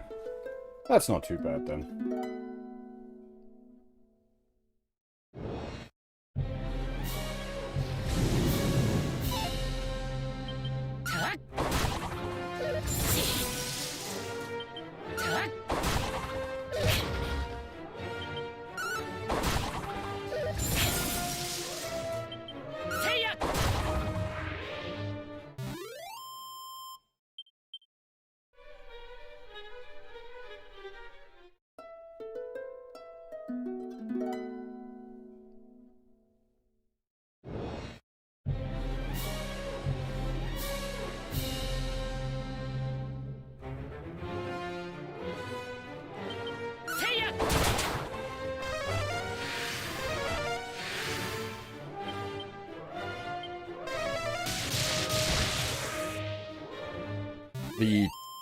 If you're not familiar, the metal slimes are immune to magic, which is why I can't just delete them with my Yeetus Deletus spell.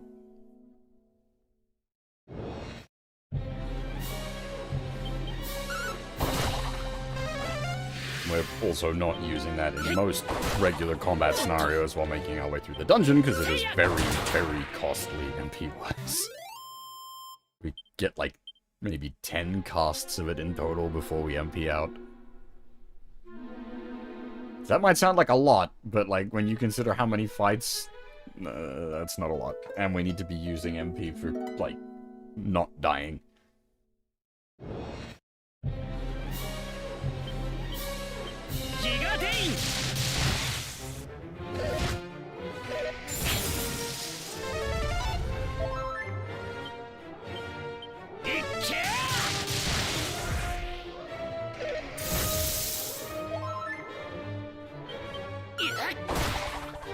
Damn. 2 shots of Yeetus Deletus and he's still up. And even an attack didn't finish him off after that. Undead dragons are no joke. Hey, level 40, nice. Okay, we have gone over 500 HP. I thought 500 might be the cap, because I also thought that level 40 might be the cap. But level 40 is not the cap, and obviously, clearly, 500 is not the cap. Oh, there's literally an ability we learn at level 40. Holy shit!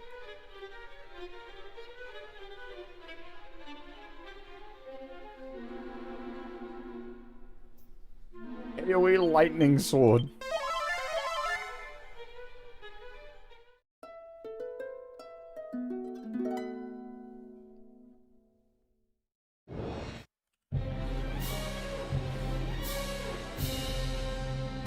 Yes. We don't operate off of those numbers anymore, unfortunately.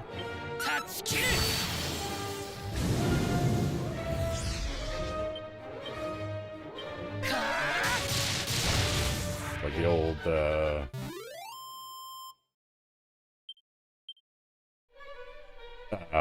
like Super Robot Wars, the health cap was 64,553. Whatever it is, FFFF.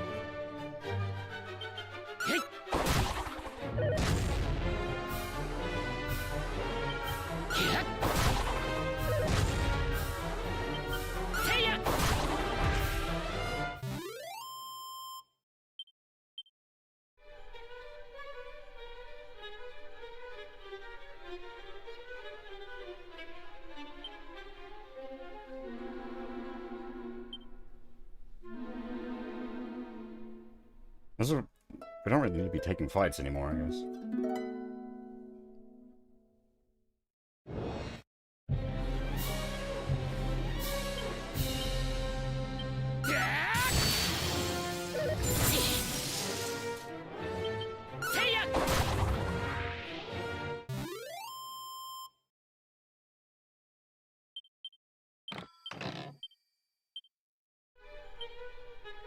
How long is it to the next level? 30k. That we would need what, 4 Metaru? Oh. Yeah, they do what you think they would. Accessory that reduces fire damage.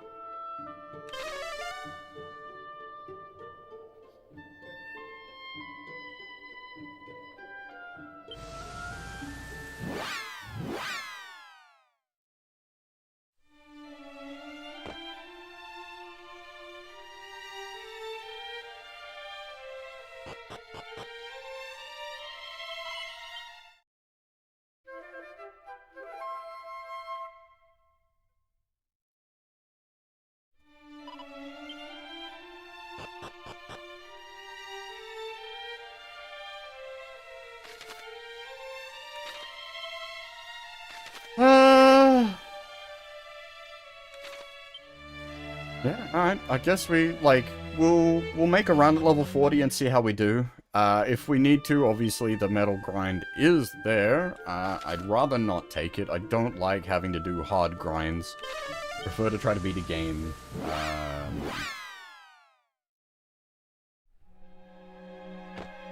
Like, I don't know, you guys have seen how I play JRPGs. I generally take all the fights that come my way, so we should never be, like, under-leveled or under-equipped unless a game is really poorly balanced.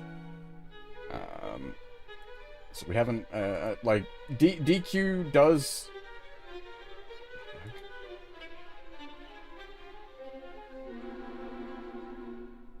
Oh, I see. Like, DQ usually does have some level of expected grind.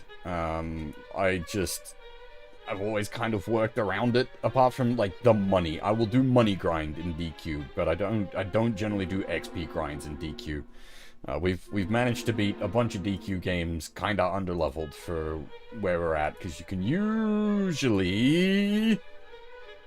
deal with what the game's throwing at you mechanically, or just, like, through some very, like, tight play, as it were. Unfortunately, because this is, like, a one-character scenario, tight play is very limited. That's gonna sound kind of wrong.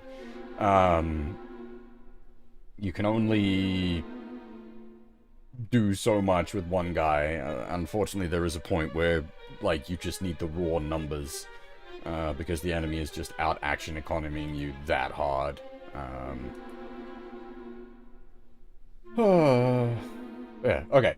Anyway, we have passed the 2-hour mark, so I'm going to take a short break here. I'm gonna go have a stretch, refill my cup of coffee, and then when I get back, we're gonna make, hopefully, the run down to what I'm assuming will be the teleportal before the final boss.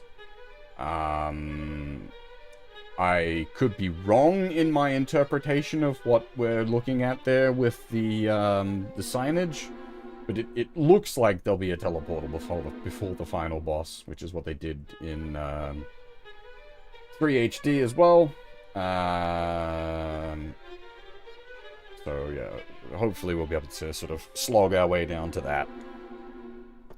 But yeah, as I said, gonna take a short break. I will be back in a little bit. If you need to grab yourself a drink or a snack, or just have a stretch, now is the time. I will be right back.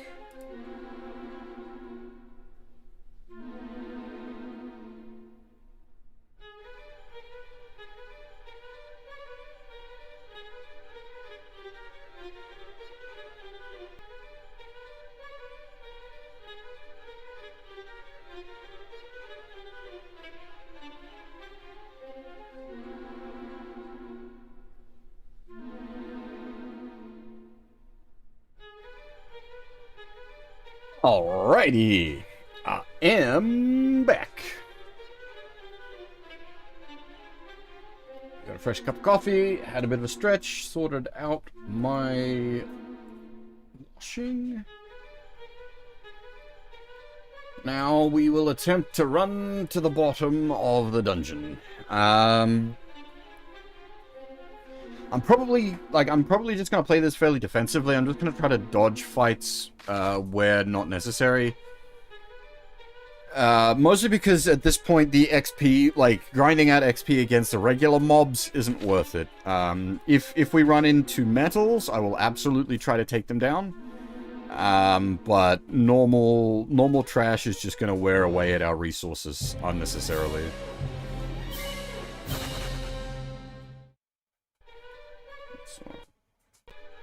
Do that. There we go. Are you still here, Dim? You popped in just as I was stepping out.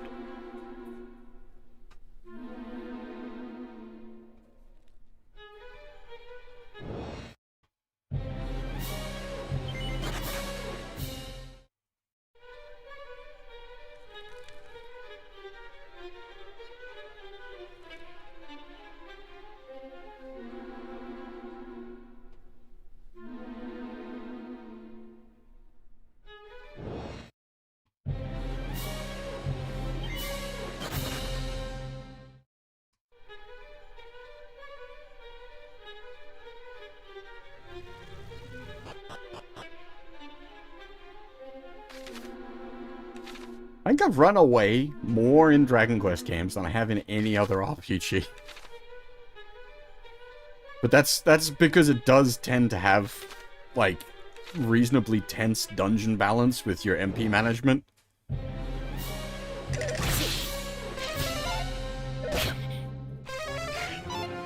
And, like, when you're at the point of, like, okay, I'm gonna make a serious attempt at this dungeon boss, that's the point where it's like, okay, I need to conserve MP, so running away becomes a pretty legit strat.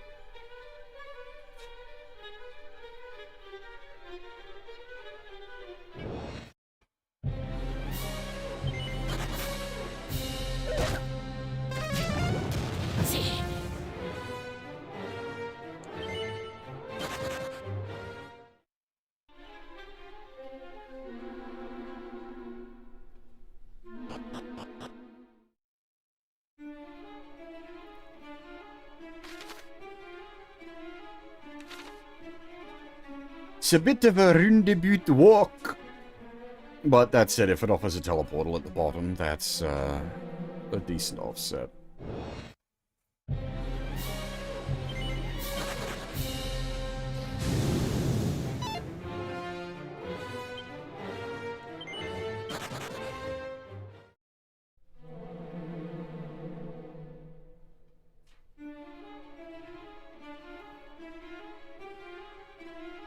Oops. Pay attention to me.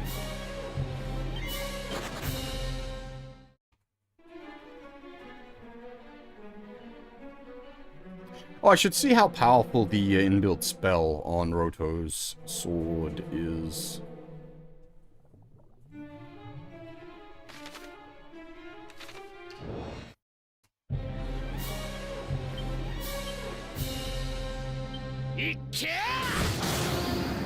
Not bad. Not bad at all.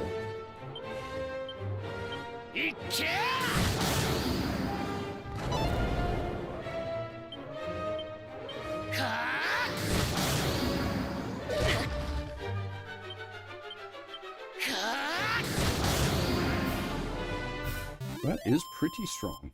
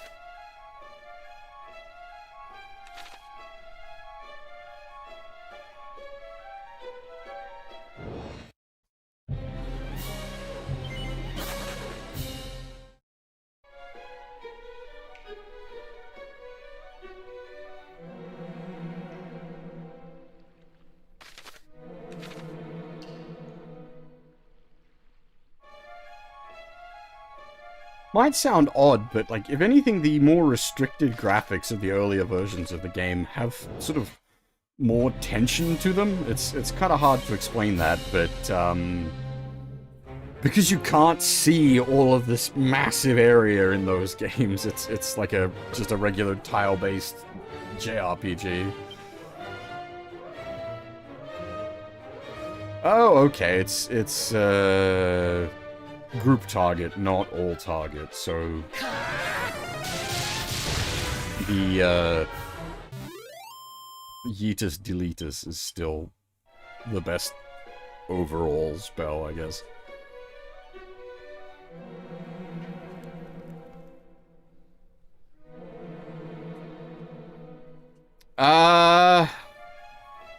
I'm just trying to think who made this place.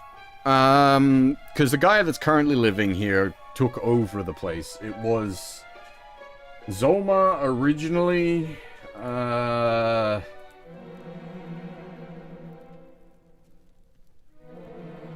He had, like, just massive amounts of forces at his disposal, so him just setting some lads to carve this place into a nice big old castle and underground and everything, I could absolutely see him doing. I think, was it Builders 2? One of the chapters in that game, you were doing, like, construction work for the bad guys.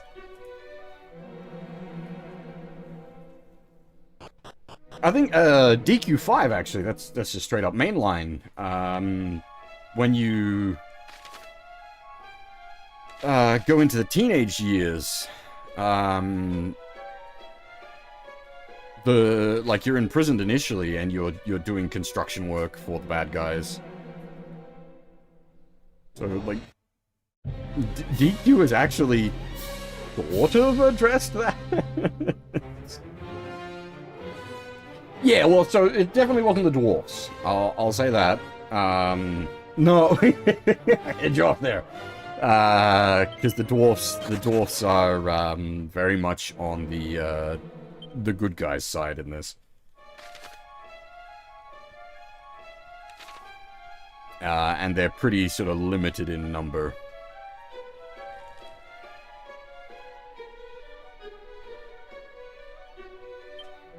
Give them some booze and they're good to go. It's gonna turn out that all the floors here are inscribed with, like runic diaries. The elephants. The elephants are coming.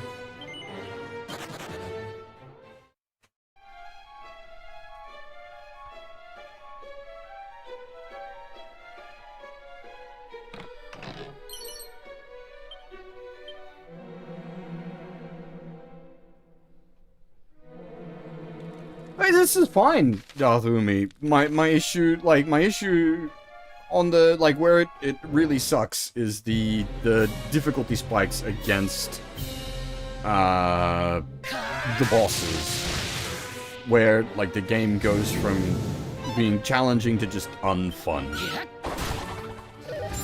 Like, I enjoy dungeon crawling.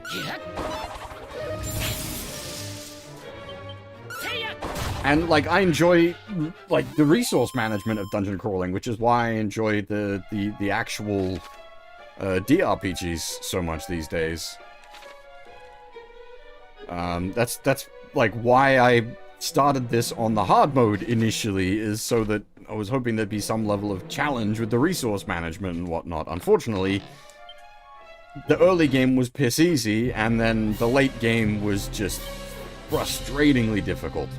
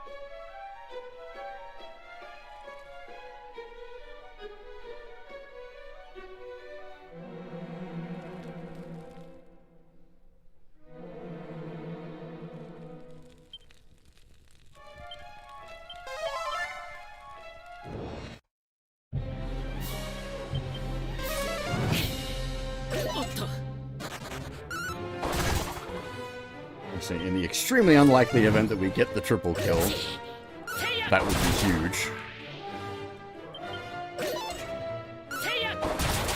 Yeah, we got a double kill though. Damn, not bad. 14,000 XP.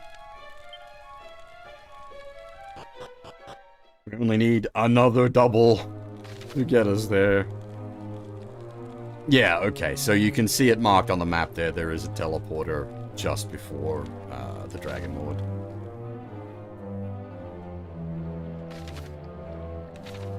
I wonder if that treasure room is still full of just random nonsense.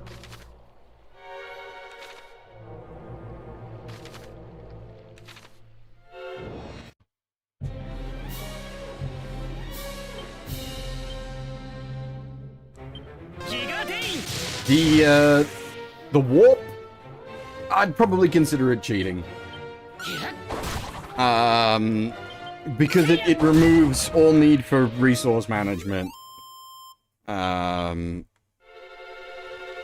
Like I can just MP blast my way down here. If it was a save point, well, that wouldn't even matter in this game because of the way it handles death. But if it was equivalent of like a normal ass JRPG,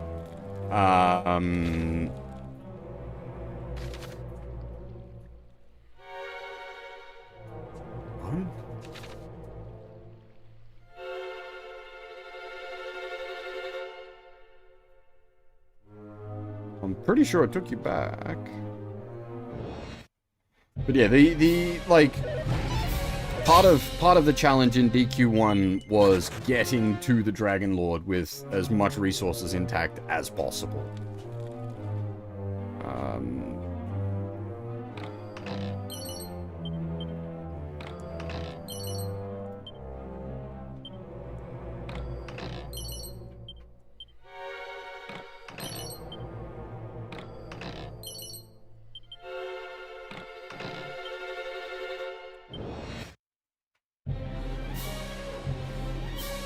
And yeah, like that also comes into what I was saying about like resource management, and that's what I'm sort of looking for on the more difficulty scaling.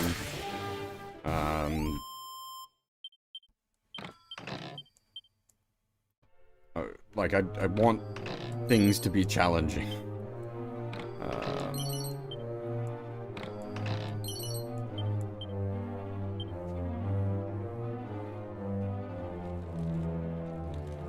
And like part of if you remember when we're playing 3 HD, I was very upsetty,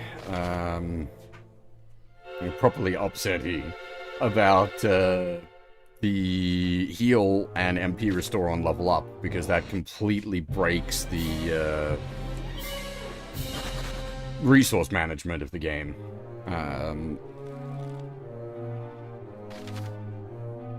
3 HD has other balancing issues that really put things way too far in the player's favor as well. All the extra, like, overworld areas with all the extra treasure and whatnot, it just, you get too much. Too powerful, too quick.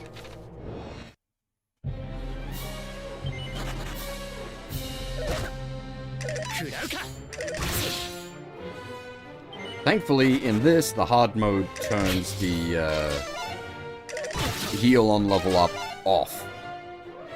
So they did think about that. They did at least learn from that.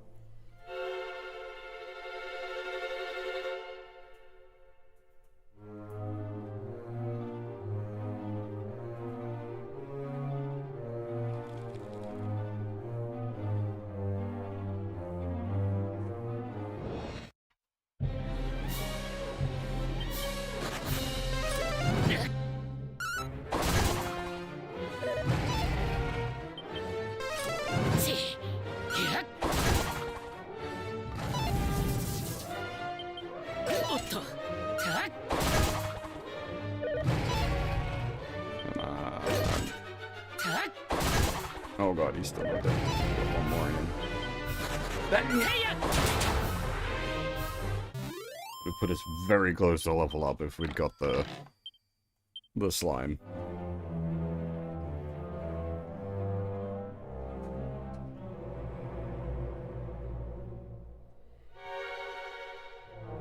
Yeah, I'm not sure where, like, stat breakpoints are. There's definitely been issues of, like, speed tie situations.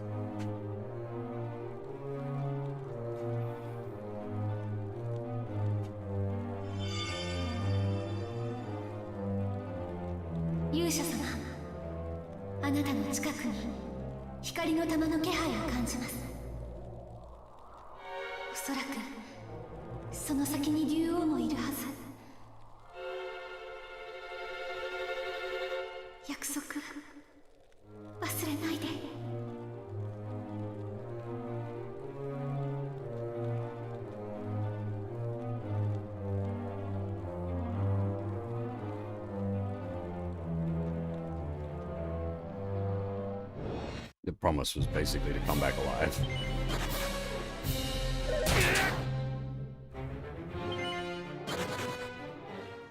Almost achieved death very quickly there.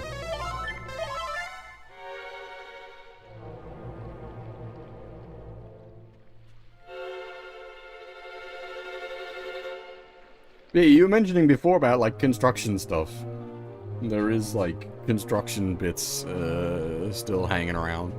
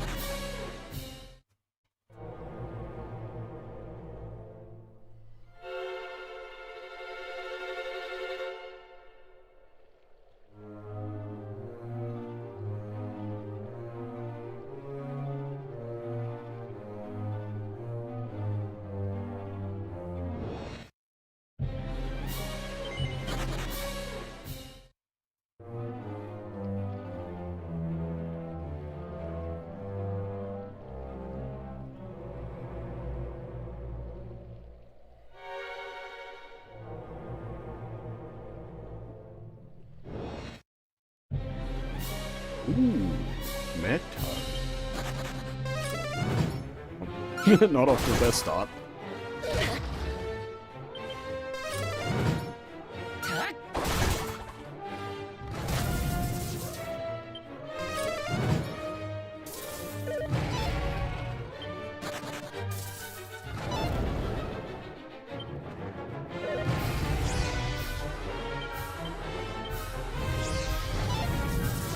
This is paralyzed in fear.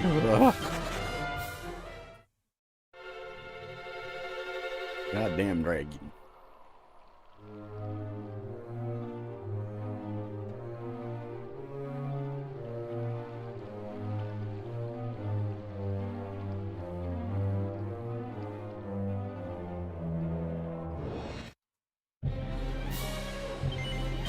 Alright, so now we find out if it's a one-way portal. I don't think it is, thank God. I don't do that.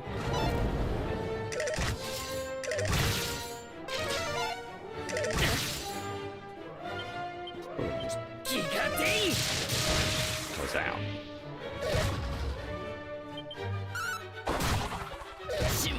Never mind. Yeah, the water's a bit... How are you going?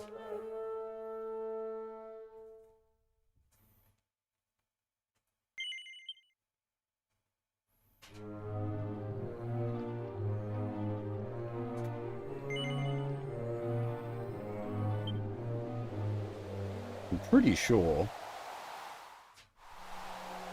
this turns a portal on up top. Indeed it does. Yeah, it was the same in DQ3 HD as well. Which, like, for convenience's sake, sure, but it absolutely removes some of the challenge.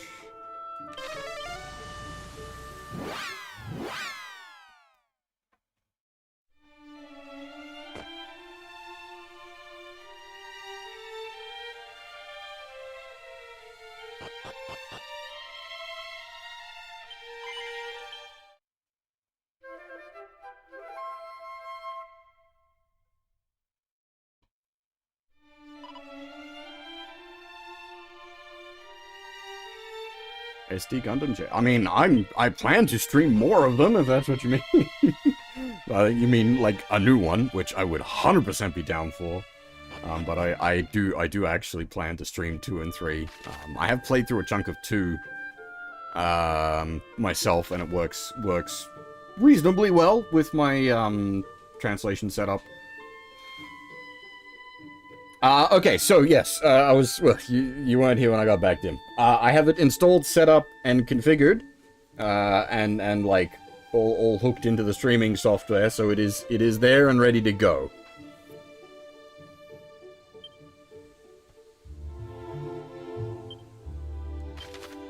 Did I say that yesterday?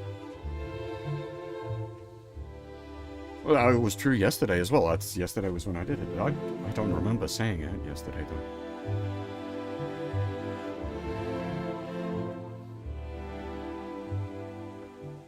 I'm losing my mind.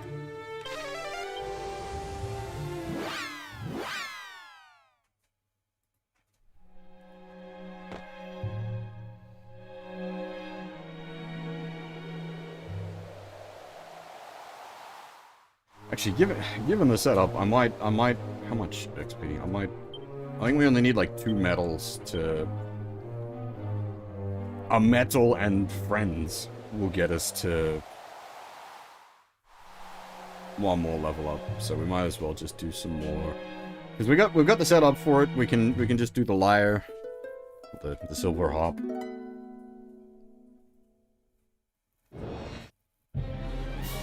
Ooh. Immediate metals, now watch them immediately run. Hey, we got the crit!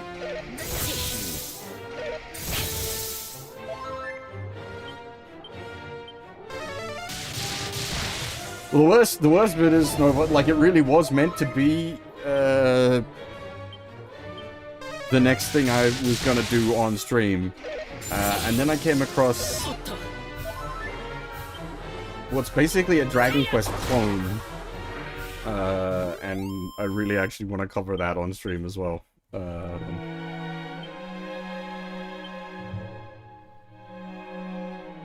It's just released the other week. Yeah, I do want to do Silent Hill F. It just keeps getting away from me.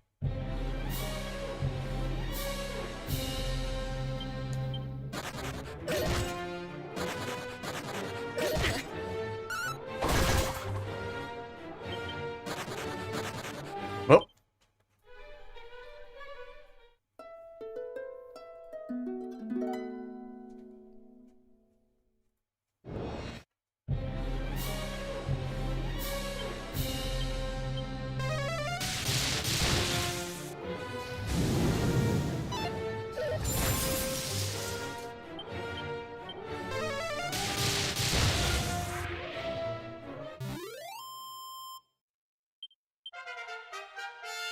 Cool.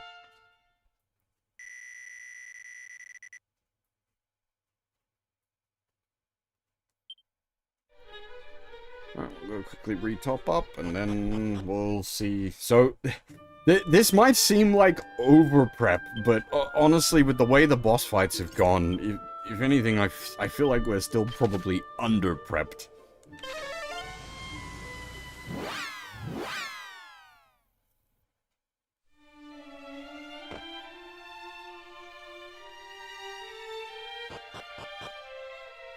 Especially with Dragon Lord being a 2-part boss.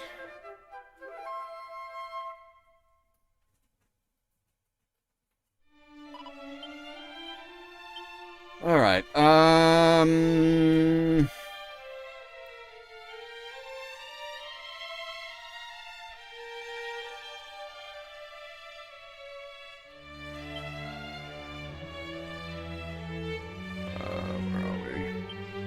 Just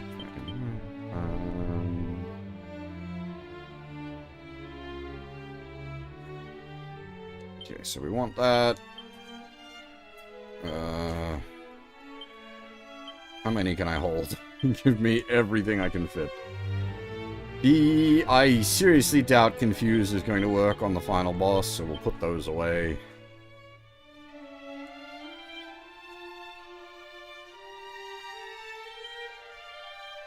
It's terrible.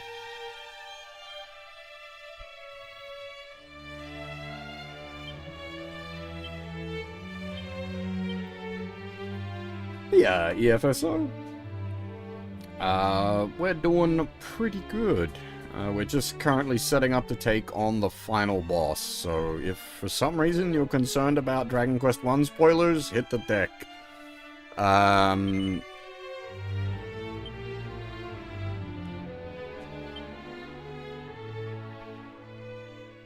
Right, that's basically as much as much MP restorative as we can have in the bag.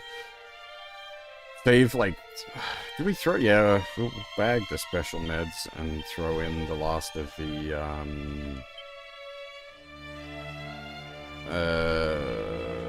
prayer rings. Our backpack is basically just every MP restorative we have been able to gather over the course of the game.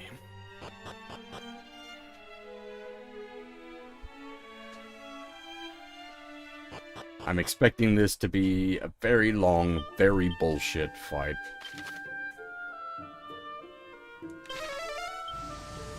You know what? Probably, it doesn't really affect things, but probably a wise idea. Do a hard save.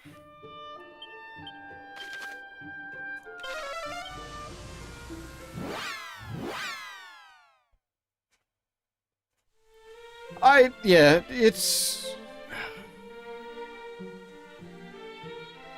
I suppose for a Western audience, it probably does. Yeah, there is like spoilers to be had there. For like a Japanese audience, like DQ is such a like cultural piece. It's like a Luke, I am your father kind of thing, where it's just like it's just accepted. You know, the Dragon Lord, and then what the Dragon Lord turns into.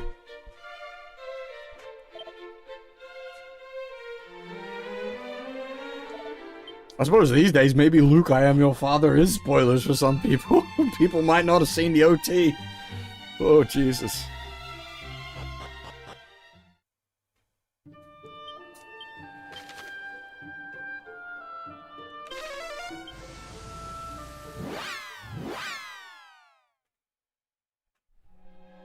I suppose technically the prequels give that one away as well, true.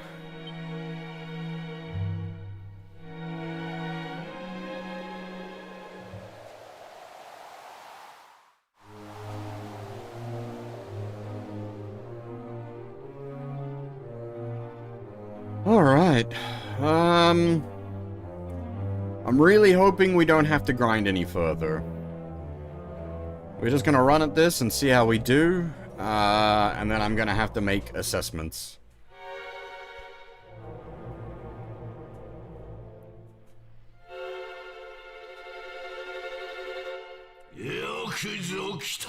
He is, he said it. I was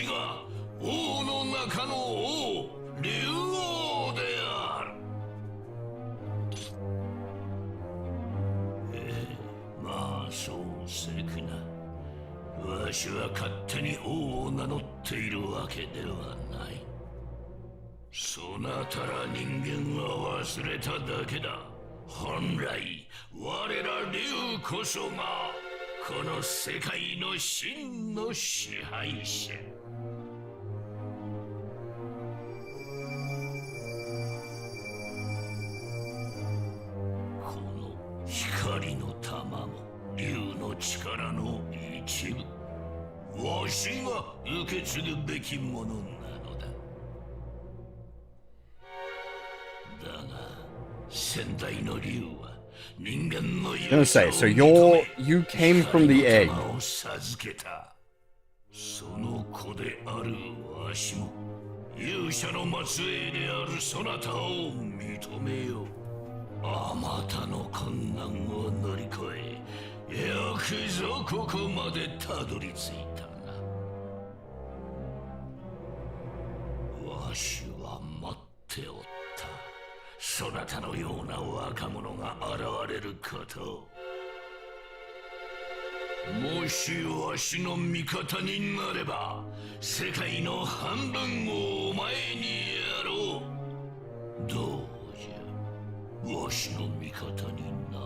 We'll take the offer. I want to see what it does.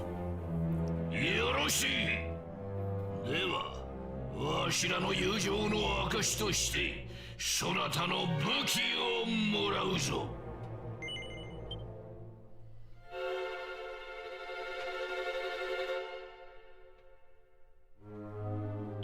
はは、すでにこの剣を手にしていたか。しかし、もはやどうでもよいことじゃ。では、わしからの贈り物を受け取るがよい。お前に世界の半分、闇の世界を与えよう。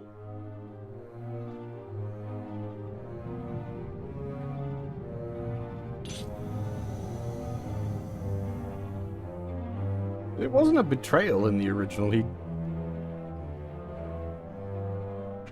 did legitimately offer you half the world.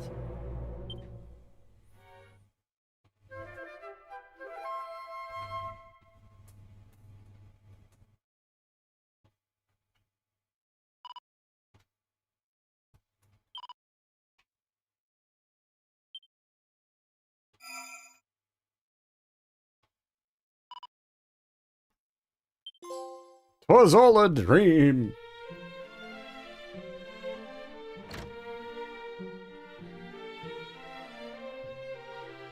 Why did it send us back here? That's an odd...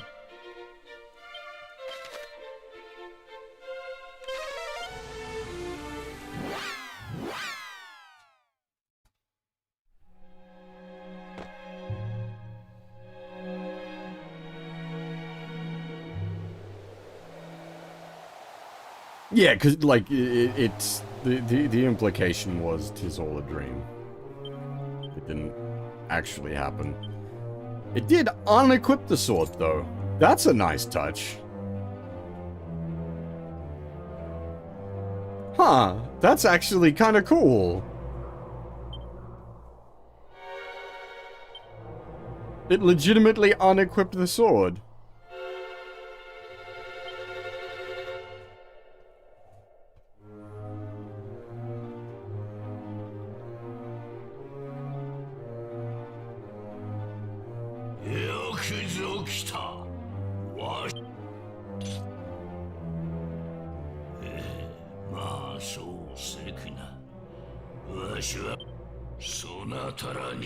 So you don't call yourself king in English. You're Dragon King in Japanese.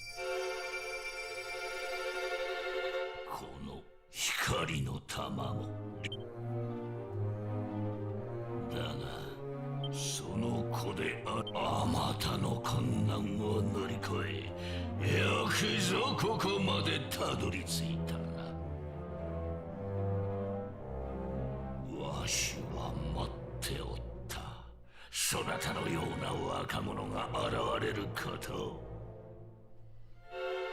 もしわしの味方になればどうした世界の半分を欲しくはないのか悪い話ではあるまい。Dragon Lord equipped with the Roto's blade. ではどうしてもこのわしを倒すというのだな。愚か者め、思い知るがよい。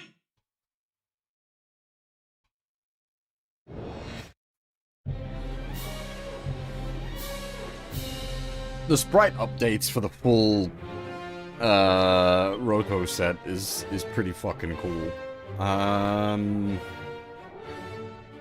What do we even, like, can you even stop spell this guy? You absolutely can.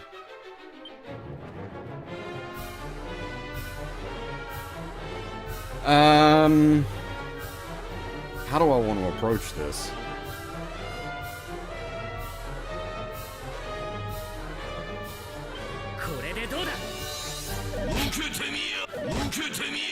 Oh great, he has multiple actions.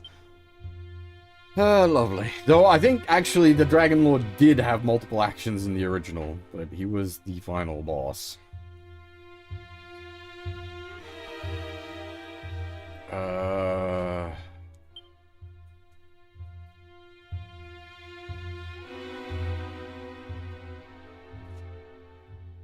Which one was it? This one.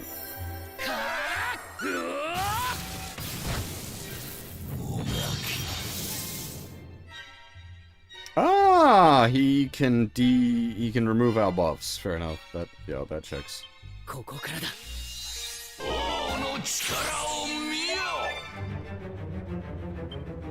Don't think that works against what I'm going to try to do.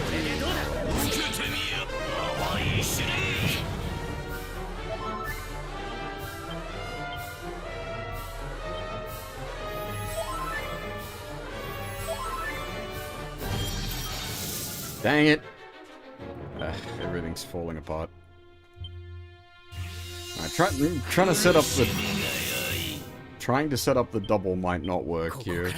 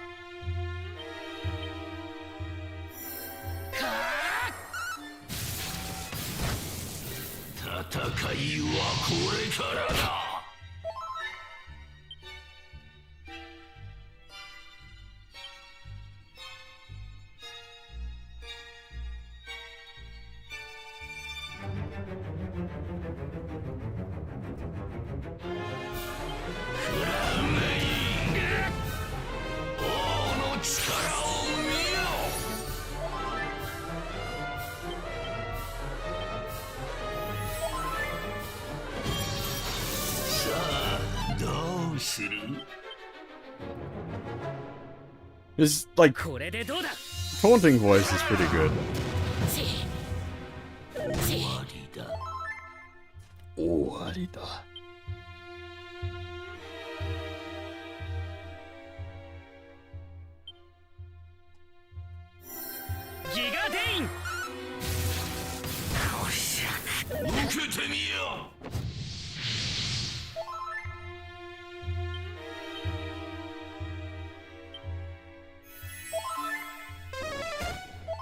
Hey! Fucker can heal himself! Nice. You bastard.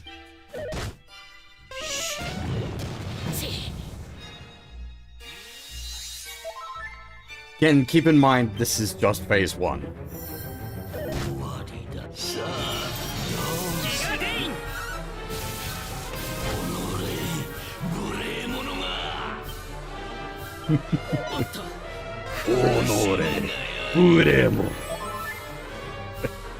This is good stuff.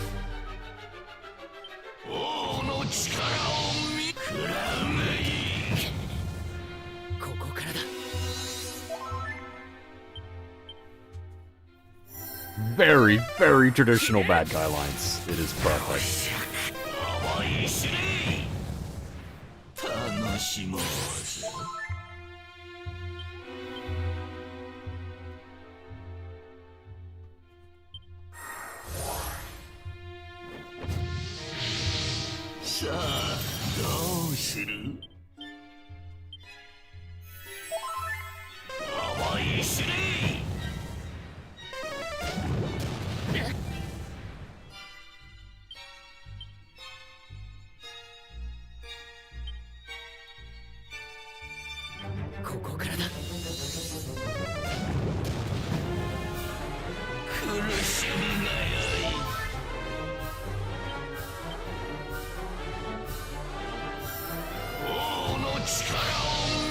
I may have just saved him.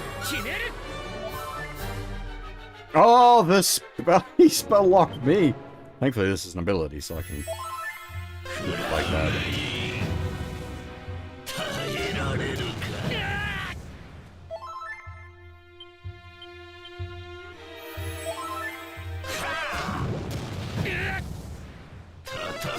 はこれからだ。 What if I hit him with the big... 楽しもう。 Alright, but... ごときよくも。 It's not over yet.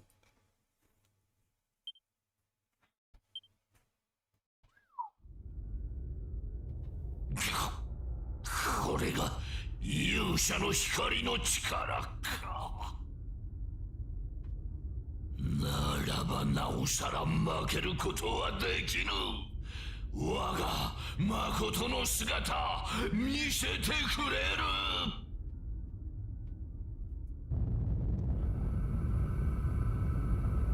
This isn't even my final form!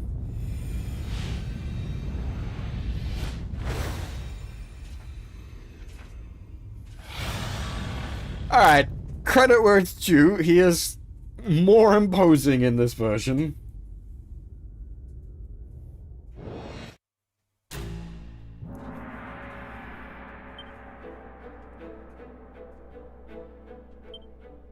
Oh, this is a fucking good track.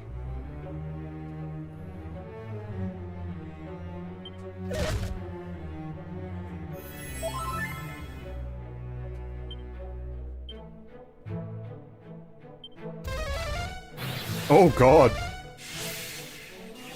I don't have like a buff stripping ability.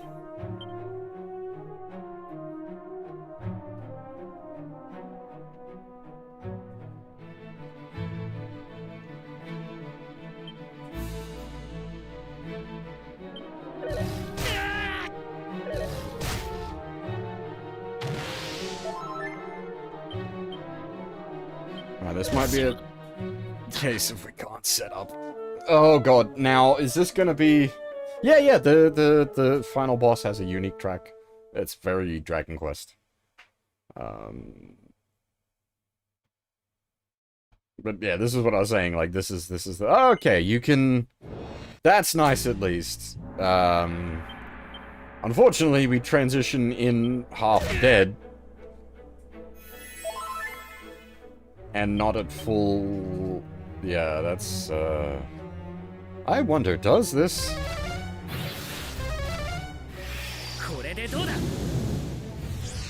It does work on him! Ha!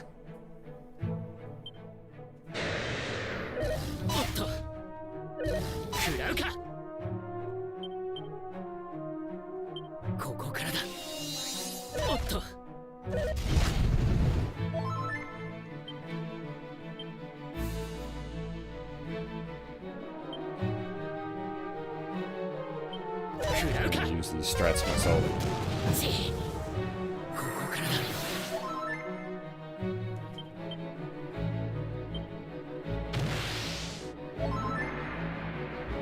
Okay.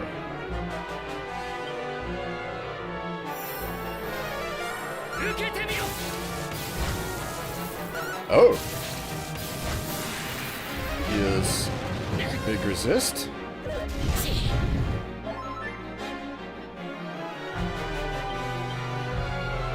How about these ones then?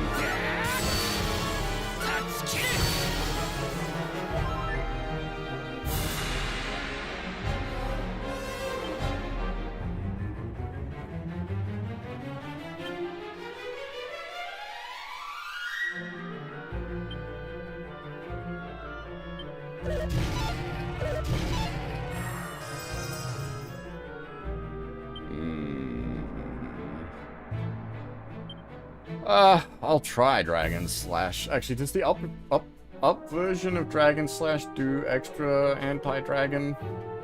It do. Let's try to spec into that.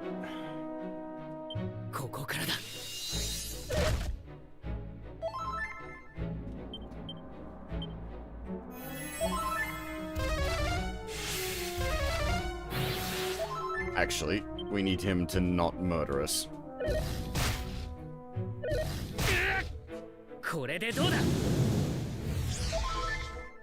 Ow.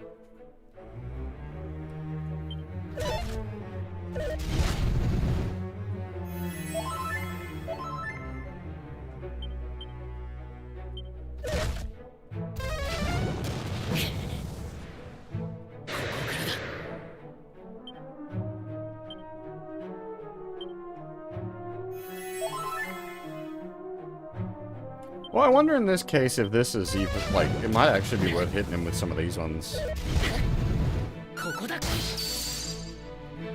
It's only slightly, though. Alright, let's try to set up... That was the wrong ability.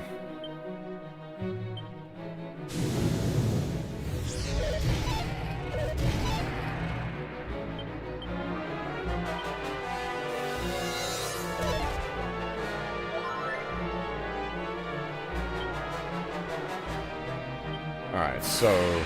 Upgraded Dragon Slash.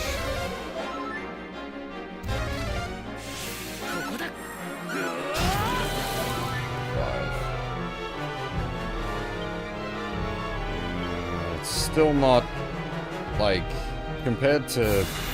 This is 300 something, I think it was.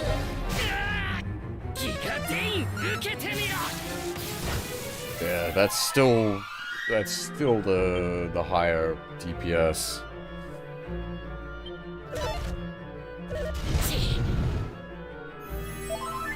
That's true. If we can set up for it.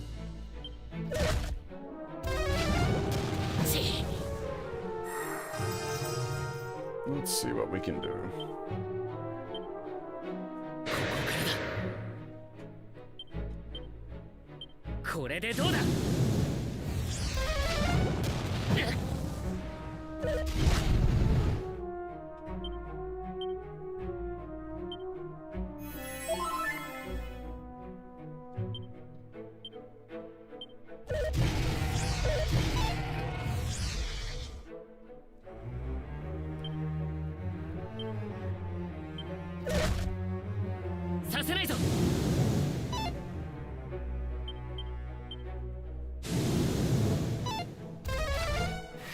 Now, I don't know if he, like,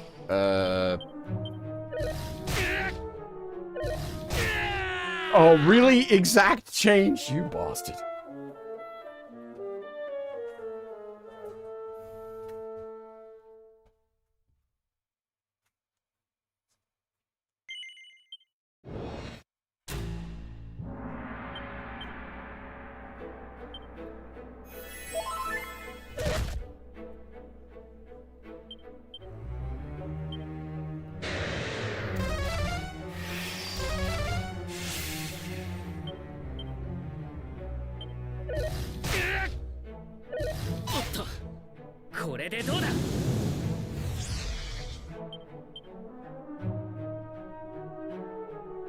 Yes, that's very much the case. However, he doesn't have regen. As far as bullshit this game has pulled, we have dealt with much worse.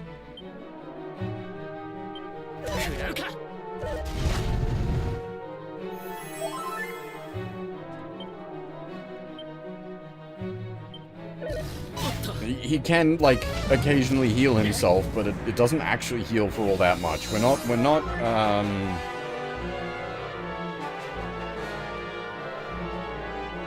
I don't know if it's worth the build-up, is the thing, Grimcon.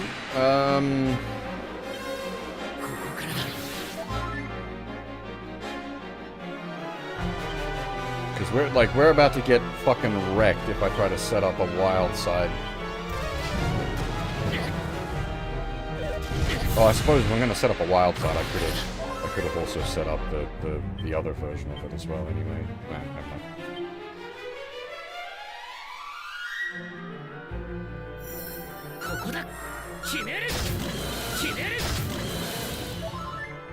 That is pretty significant damage.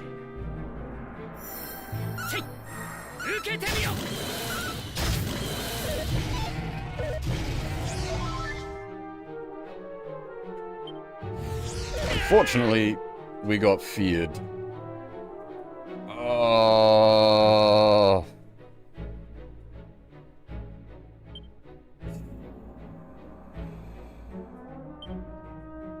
can't... It's gonna waste the wild side and the... dang it! We totally could have gone in there. Bastard.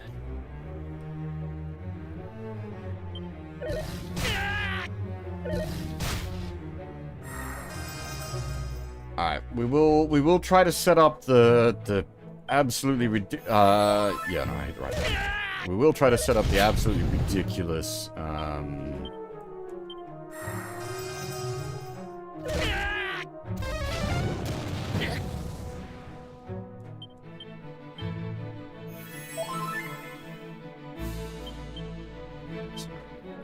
put the dodge on.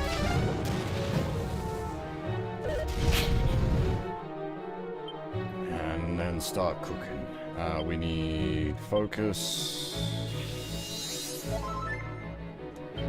We need oomph.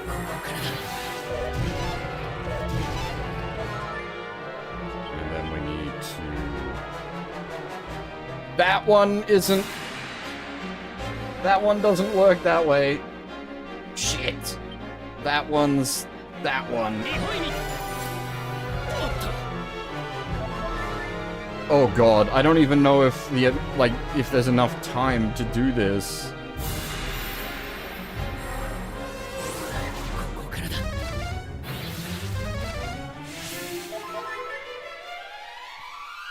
Oh, everything's still up.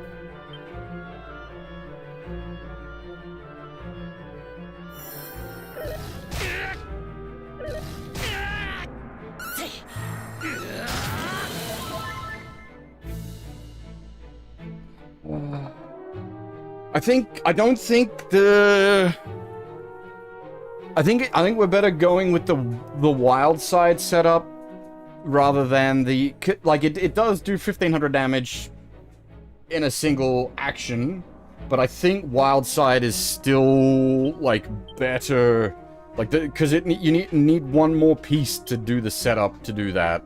I think it's better to do the wild side. Yeah.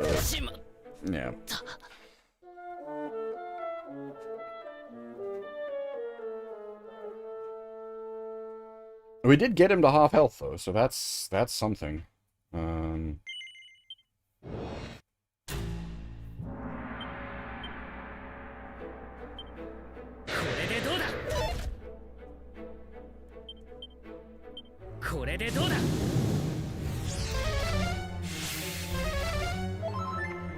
Yeah, I think we have a... I didn't heal. I think we have a plan.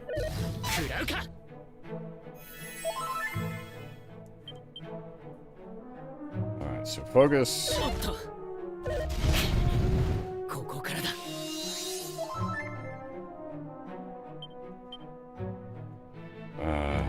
That.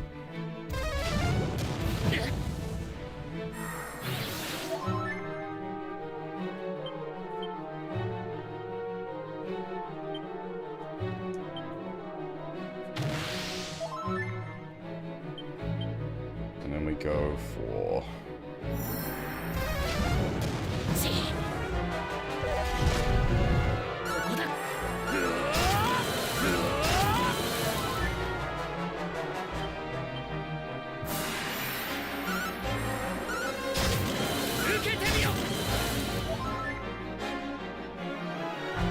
Okay, everything fell off at the same time.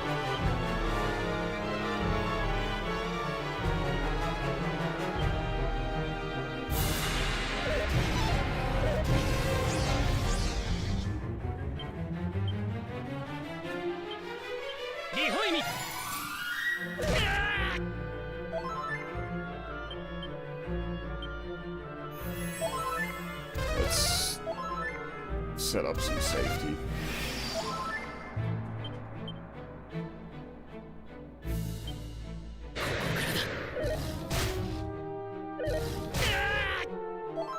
So much for the safety.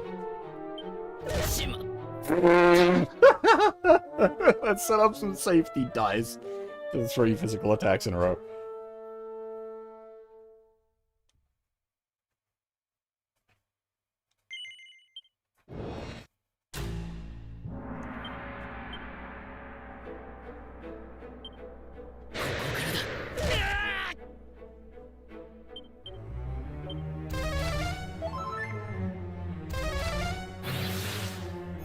Blind has a much lower chance of landing, though. The dodge buff is guaranteed.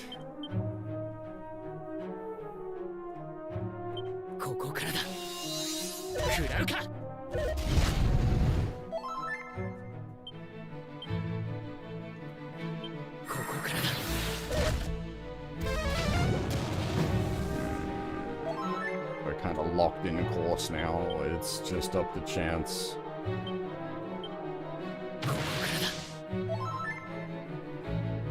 Oh, he descended himself. I think we might be dead.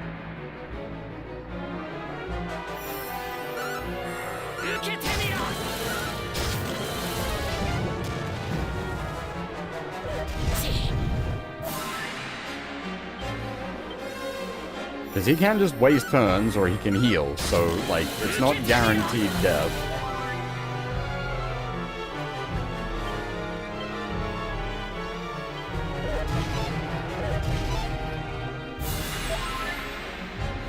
Just very, very risky.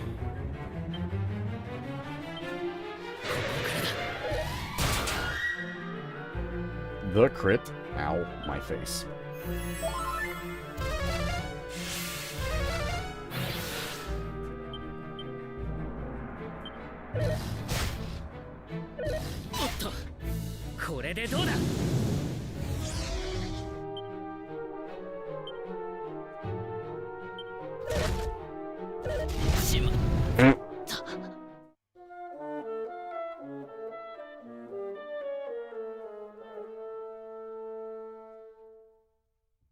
So part of the problem here is going to be the speed situation.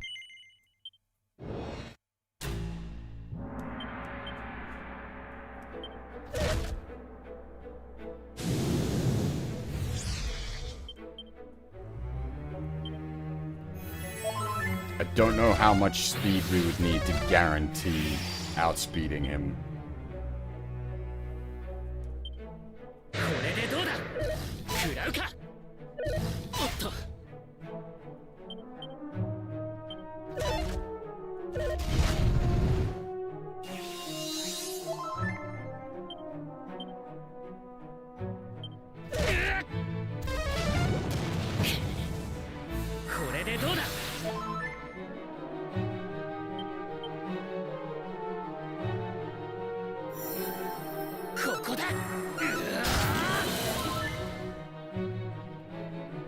What? Did I not wild side?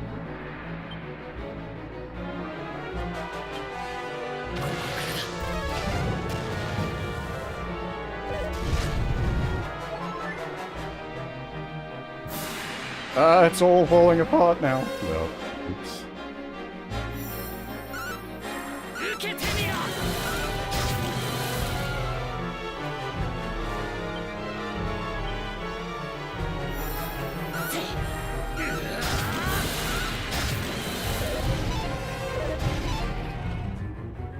Holy shit, the wild side is still on. The temptation to wallop them again.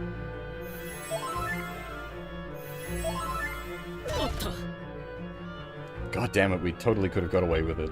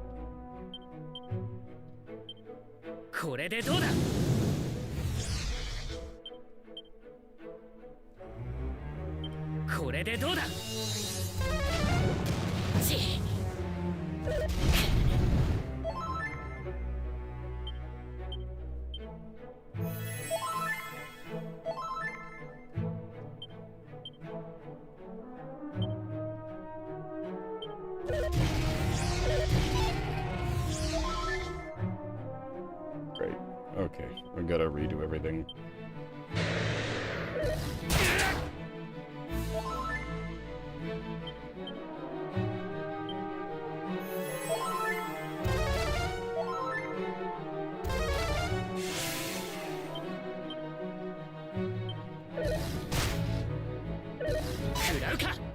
これでどうだ。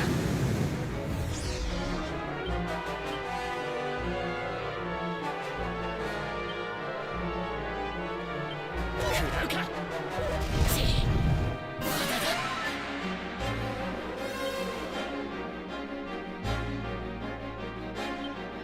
おっと、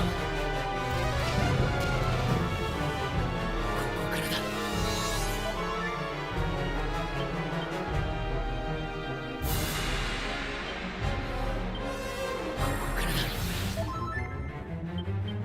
Alright, ladies and gentlemen.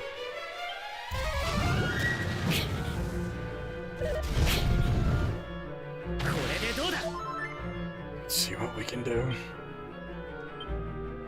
He can just, like, kill us. That's the thing. It is still... It's not good.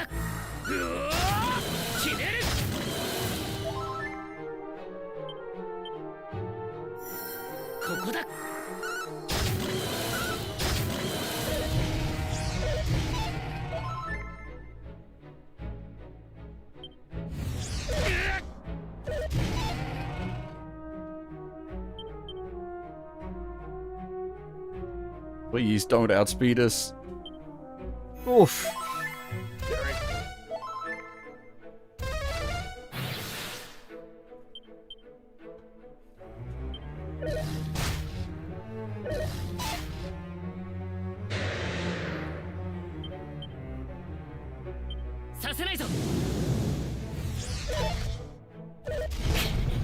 Oh, that's new.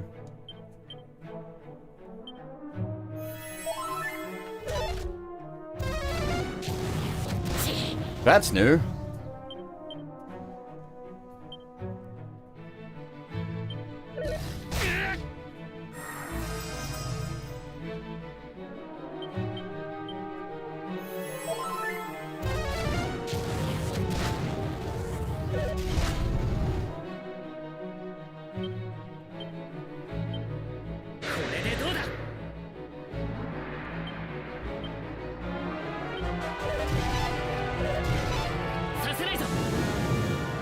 Dang. Ah, no! I hit the wrong button! Oh god, we didn't get punished for it.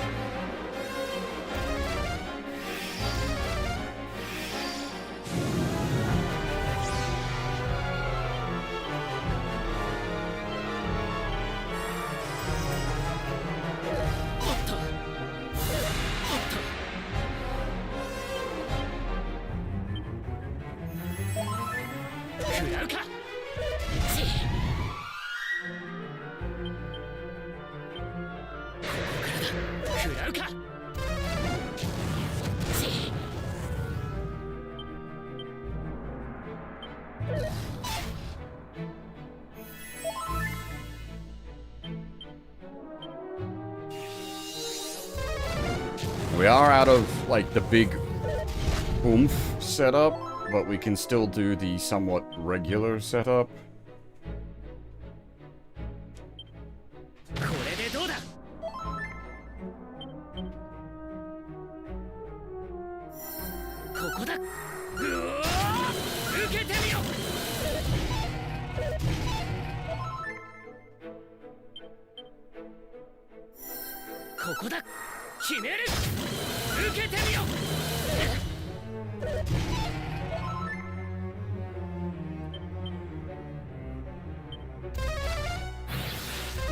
Big scared. The magic is the MP issue. Oh.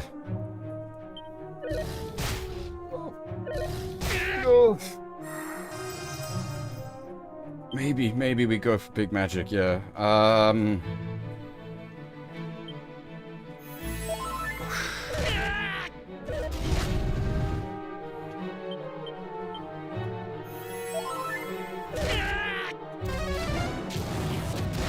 I just can't, like, I can't take a turn not healing.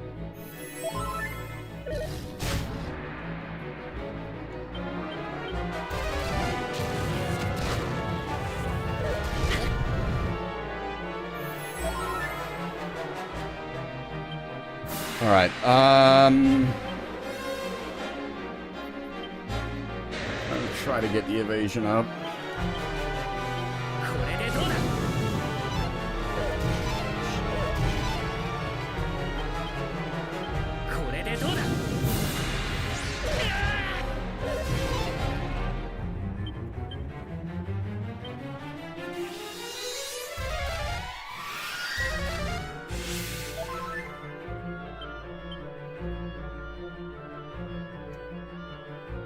This is gonna, like, nuke most of our MP. おっとこれでどうだ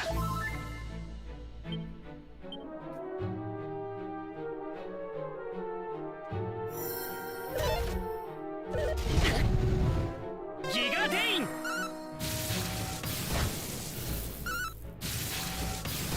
Oi!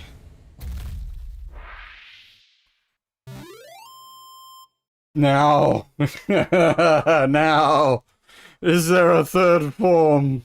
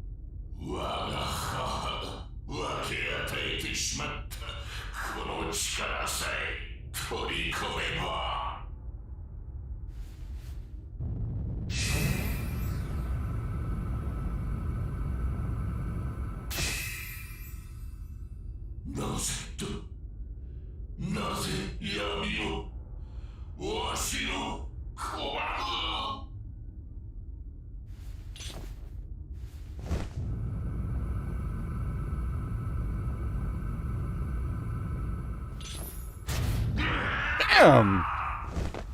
Fucking damn! Pinned him to the throne! Jesus!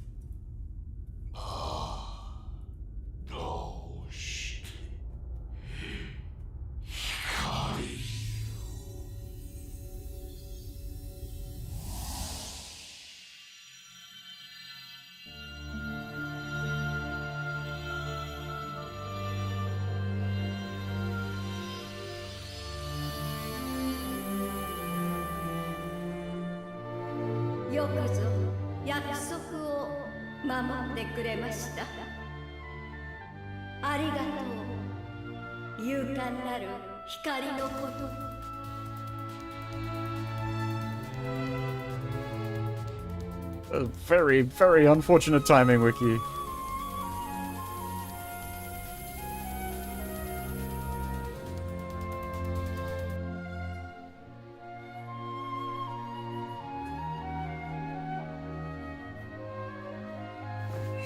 Thank you very much for the raid, though. Welcome, everybody. We literally just beat the final boss. Actually, that was the most reasonable boss fight this game's had in about 20 hours. The Dragon Lord was actually good.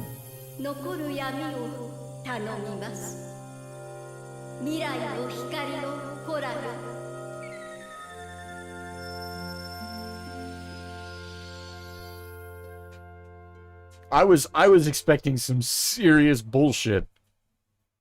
But this, like, at no point did it feel unfair. It felt hard, and it was tense, and we were close to death through most of the fight, but it never felt like it was just, like, death.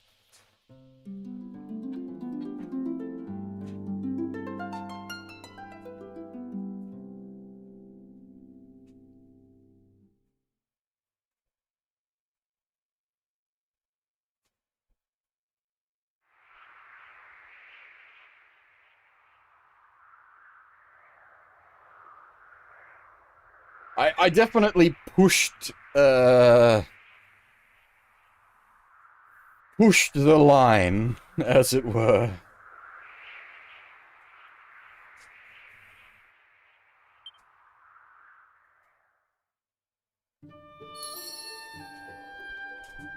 Whew. Holy shit.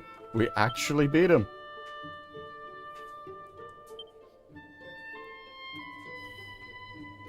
That was, honestly, like, I know you've been here for most of this, Brimcom. Like, some of the bosses we dealt with earlier were extreme bullshit. Whereas this, like, this actually felt like a reasonable final boss. That was actually good.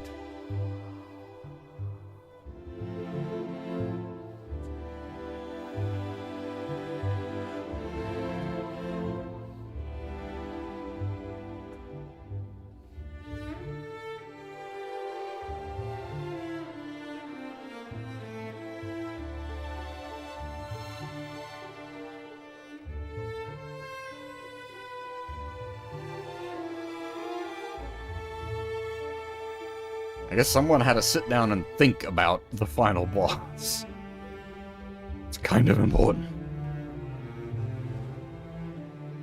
We don't have to be manually walking back. I could teleport. Yeah, all the poop is gone. It's replaced with flowers.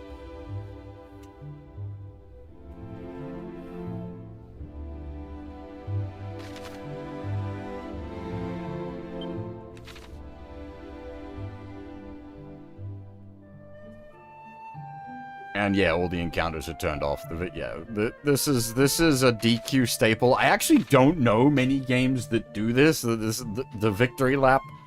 The world is non-hostile. After you defeat the final boss, you can go back and visit all the towns and talk to everybody.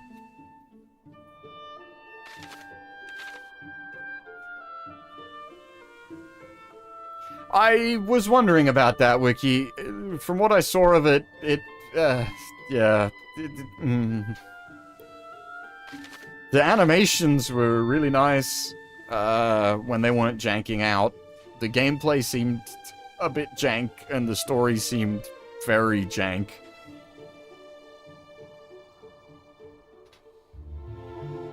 Also, hang on a minute. That means I'm watching my own stream. I will go close that.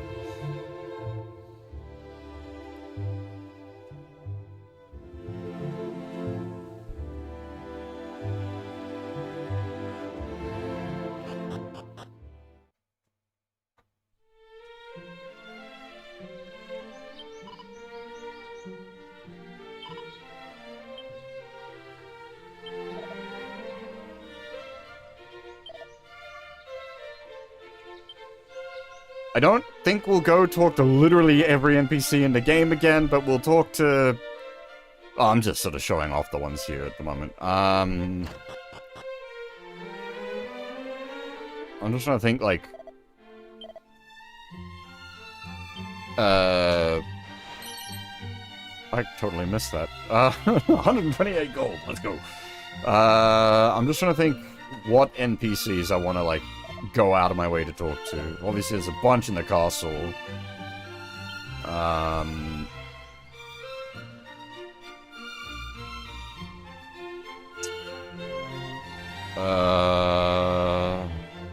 don't remember where the bard went.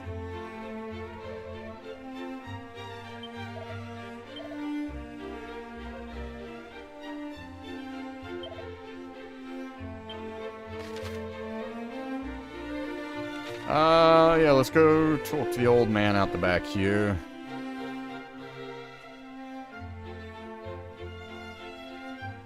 Maybe the merchant that had his father die.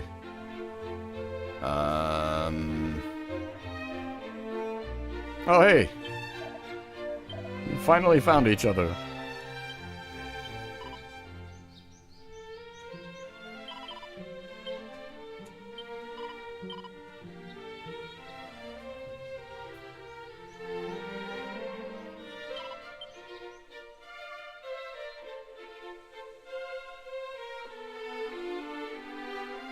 My only problem with the victory lap in DQ games is, like, it's not the case here, thankfully, because I approach the final dungeon with concern. But often, like, you get to the end of a, like, DQ, you've you know, slogged it out for hours to finish the game out, and it's just like, I just want to see the credit roll, goddammit, I don't want to do a victory lap. Which you can do, like, you don't have to do the victory lap, it's just, like, fun extras, but...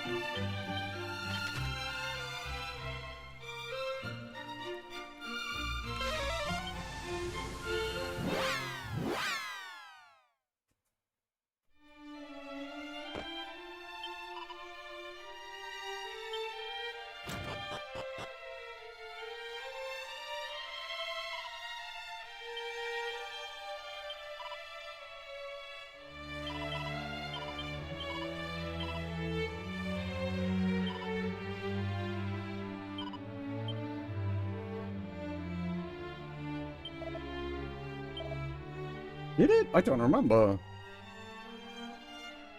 I definitely finished that game. I don't remember though. That's a bit of a blur.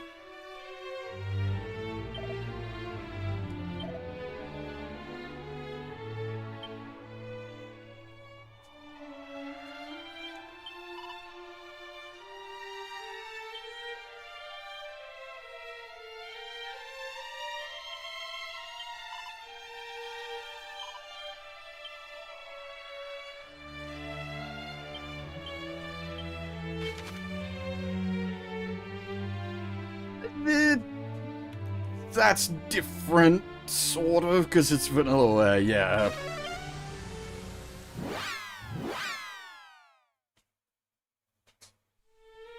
Those guys are like living art gods.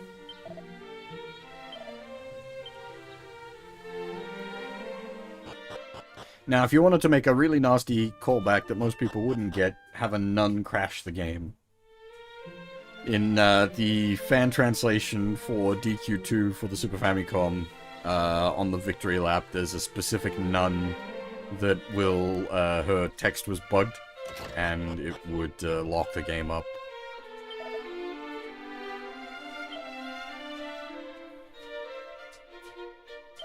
And it's basically the first NPC you talk to on the way back from the bad guy's castle, if you just, like, talk to the, like, where you know they're at, kind of thing.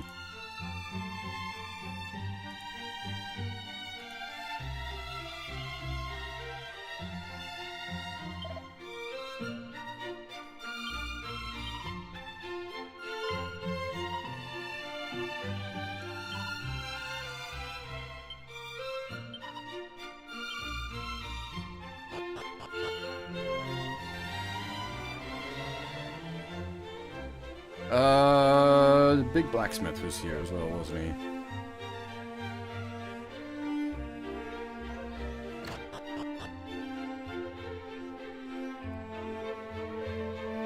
I'm just hitting up, like, key NPCs.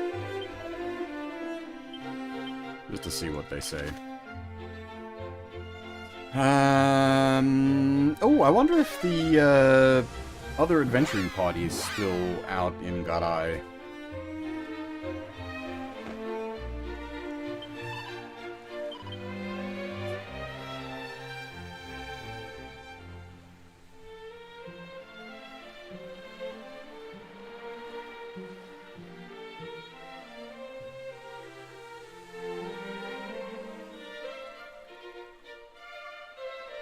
It is possible some of the NPCs I'm specifically looking for might appear in the castle.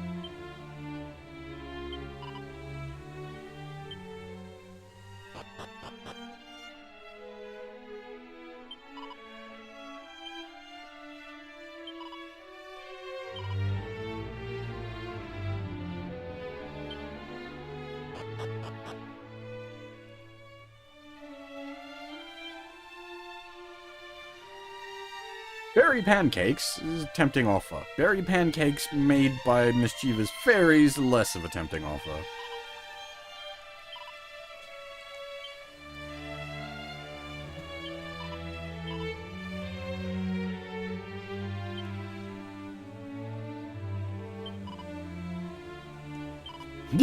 That'll do it. We'll just use our sword.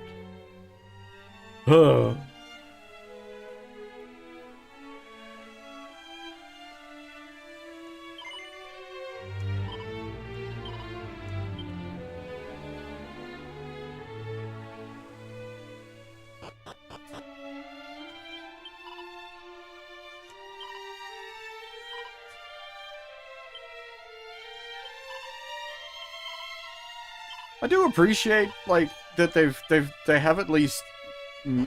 I suppose it has been the case for all of the fairy stuff. Like, they've made like, the deaths somewhat impactful. They're not just, like, throwaway.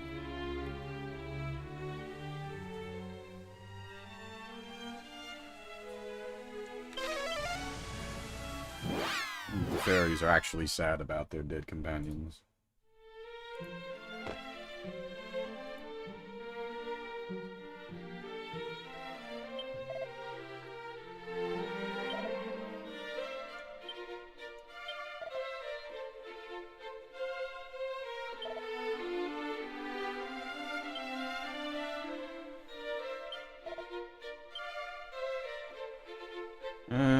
Is the merchant guy still down here somewhere?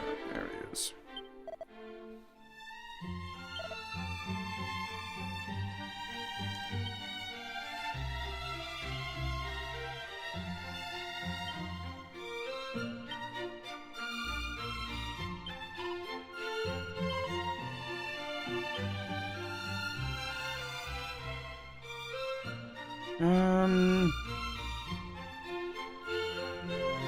Is anyone else in particular I want to talk about here?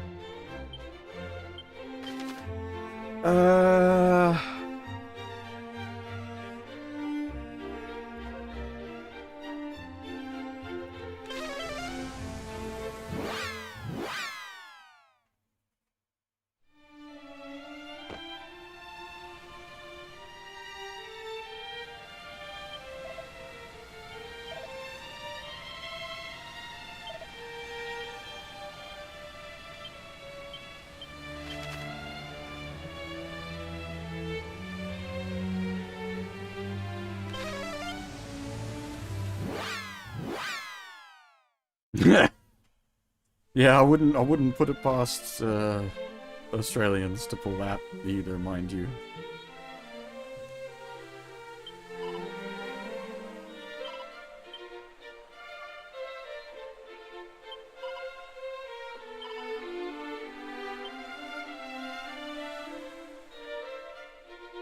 Be like serving a bunyip on bread.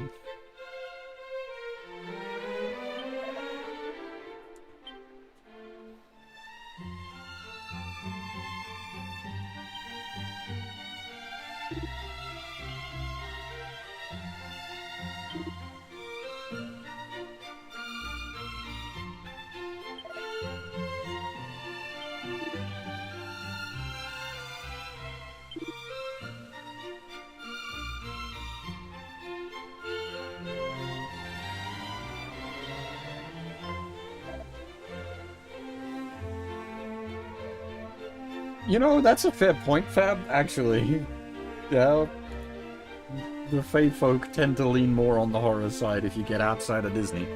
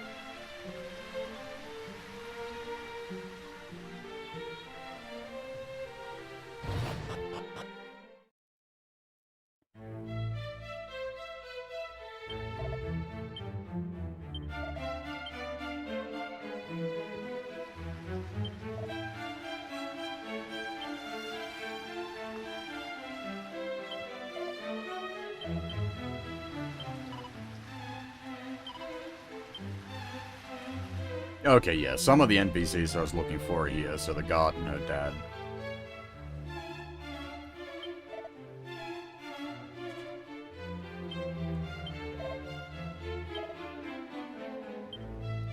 Which, this is where I expected them to be.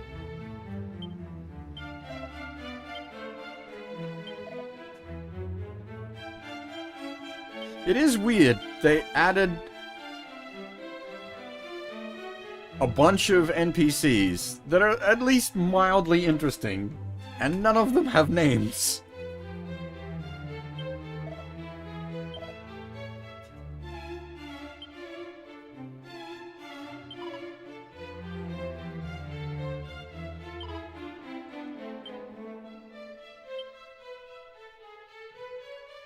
おお、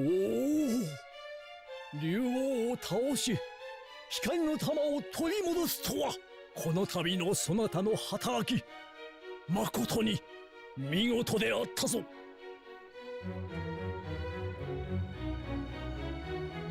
お帰りなさいませ。勇者様、約束を守ってくださってローラは嬉しゅうございます。あなたこそ伝説の勇者ロトの知と意志と勇気を受け継いだ本当の勇者です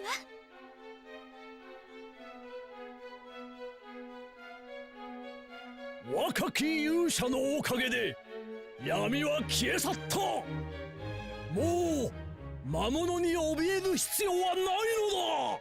盛大な宴を開き、皆で偉大な勇者をたたえようではないか。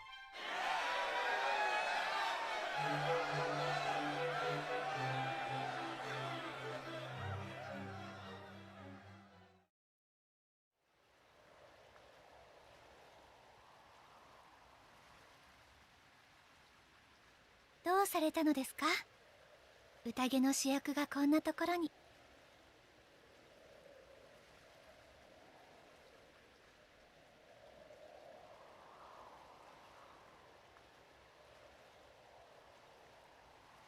私もですわ。誰かに呼ばれたような気がして。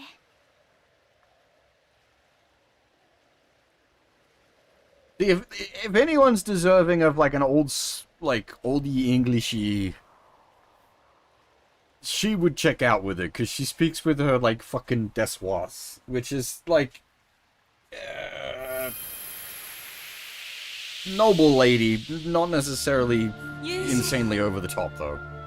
そしてラダトームの王女ローラよ、世界を守ってくれたこと心から感謝します。この声は精霊ルビス様。 None of them speak full Degozaru, which is what I would say would be the proper use of like ye olde English. 生まれ変わりの機会を得ました。本当にありがとう。これで全て終わったのですね。いいえ。 Not just, it's that era though. It's speaking more formal. 竜の王が闇に染まってしまったのか、正体はわかりませんが、不気味な闇が息を潜めているのを感じます。その闇はいつの日か再び世界を飲み込もうとするでしょう。その時私は持てる力を尽くして Go forth! Have children! They'll be needed to save the world later. しかし闇が迫った時、未来の人々は私に力を貸してくれるでしょうか。 Literally go make hero babies. ルビス様、お約束します。強く優しい勇者様の心と意志を未来に伝え受け継いでいきます。どうか私たちを、人間を信じてください。ありがとう。私も誓います。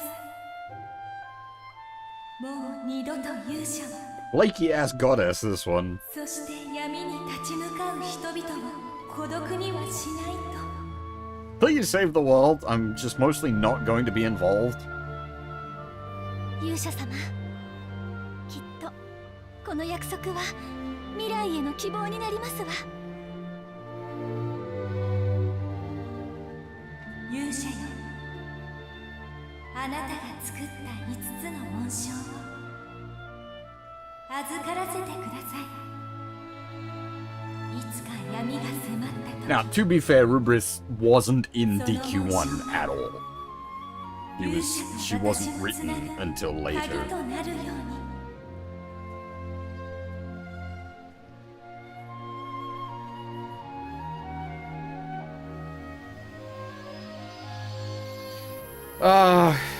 Could you hold on to those? We kind of need them next game.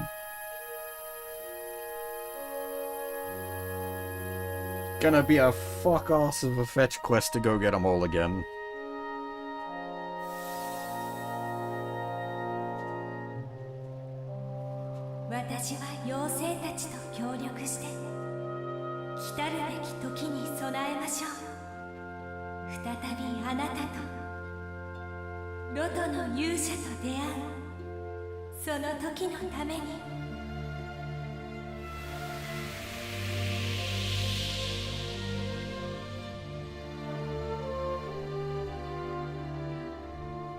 Well, that would be the opposite, though. She wants us to breed.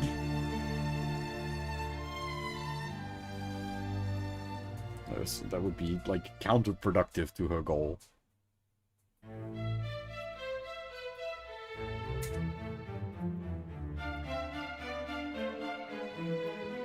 Pre-poked. Eh. 突然呼び出してすまぬ。そなたに伝えたいことがあってな。すべては古い言い伝えのままであった。そなたこそは勇者ロトの血と意志を受け継ぐ者。この世界を治めるにふさわしいお方だ。どうじゃ、このわしに代わってこの国を治めてくれるな。Yeah, the fourth party member was originally in DQ2. Whoa! もし私の治める国があるなら、それは私自身で探したいのです。Excuse me? そうか。そういうことならもう止めまい。この光の玉を持ってゆくがよい。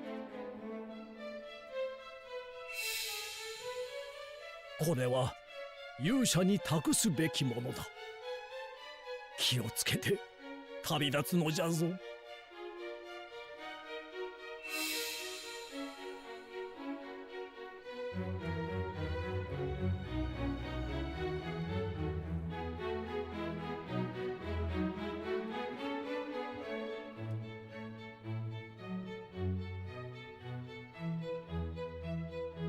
待ってくださいませ。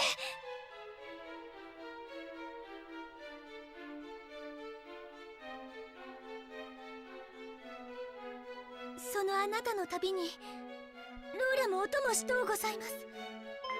このローラも連れてってください。 The king's like, wait a minute. I didn't sign off on that.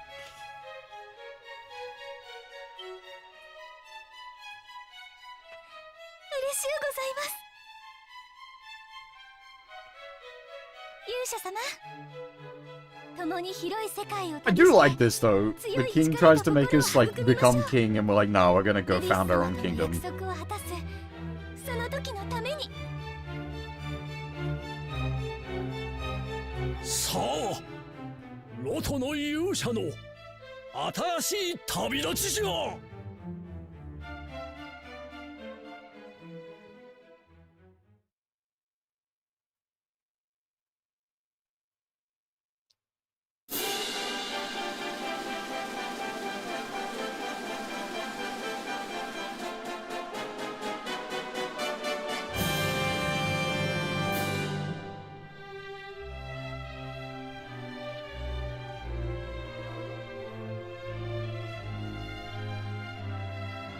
You know what? Today's stream was probably the best part of this whole game.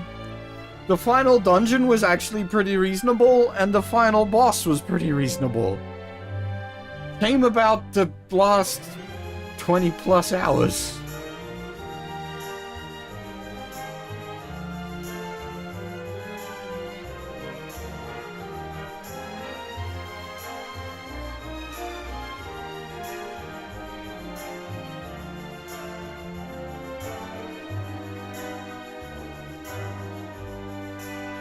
Yeah.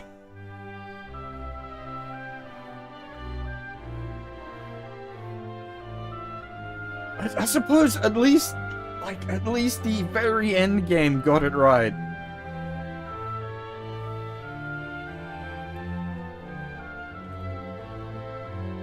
Art Dink, my beloved. We've actually worked on a lot of Dragon Quest games over the years.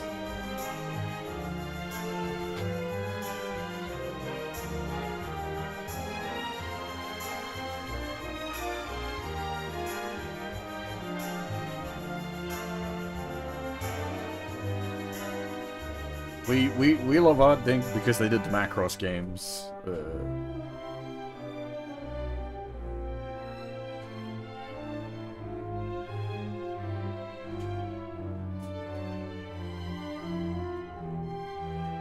And the Gundam Battle Frontier.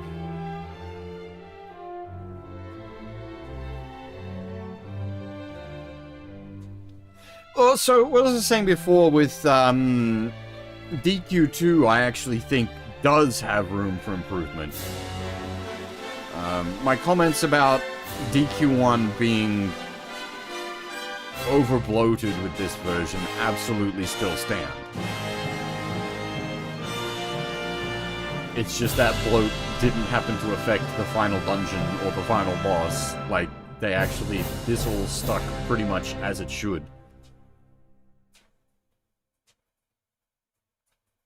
You can take Laura to the Dragon Lord in the Super Famicom version. Oh.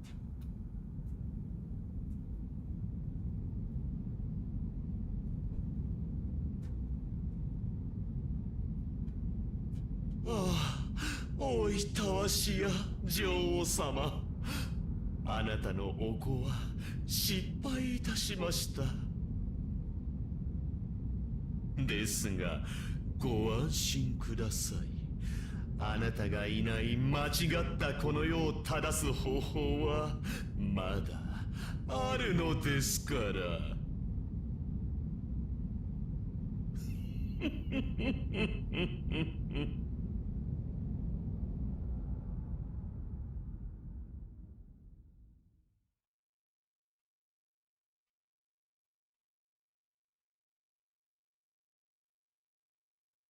That does mean, like, Argon's knocking around for quite some time.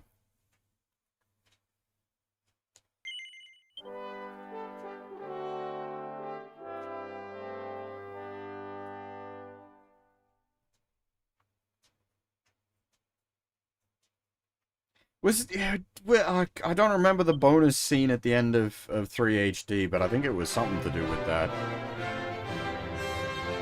I do want to check something.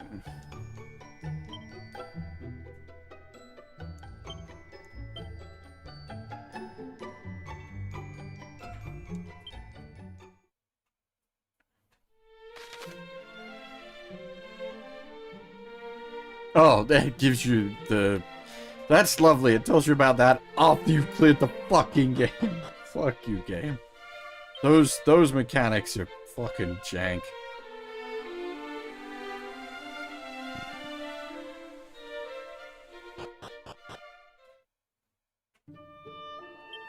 So I'm not sure where it's defeat the dragon. Okay, so it's put it just before the final boss. Fair enough. So you go back and I suppose like the only thing we haven't done is collect all 40 medals, but I cannot be asked trying to track down the last 3. That's gonna just no, thank you. I'm good.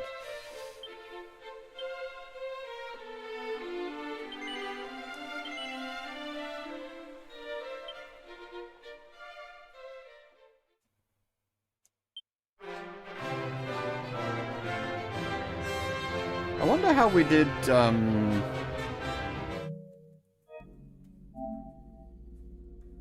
like, trophy-wise. What did we miss apart from the,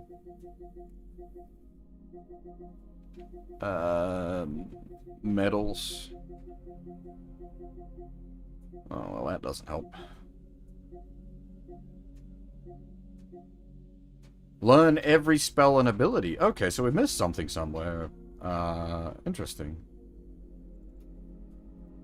Unless, possibly the war drum thing at 37 medals is not an item, it's a skill, possibly?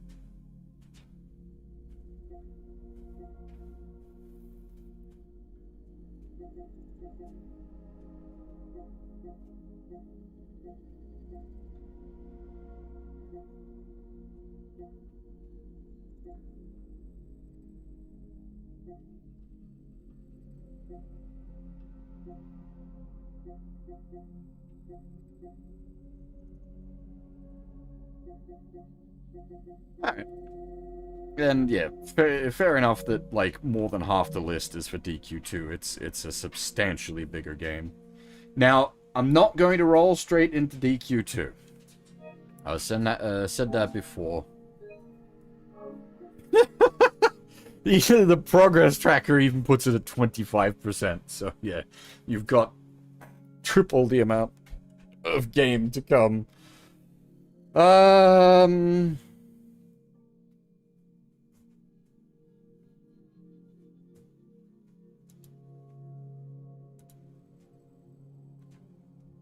Phew.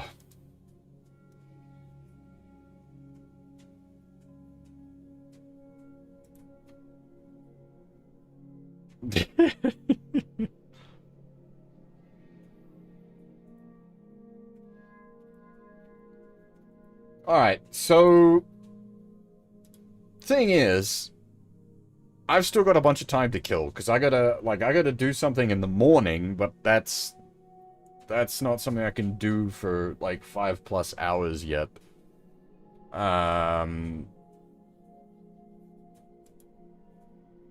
There is a... I was mentioning it before, there was a... not quite a clone of Dragon Quest that came out very recently, called Splintered. I'm pretty tempted to just throw that on, and do a few hours of that to follow this on.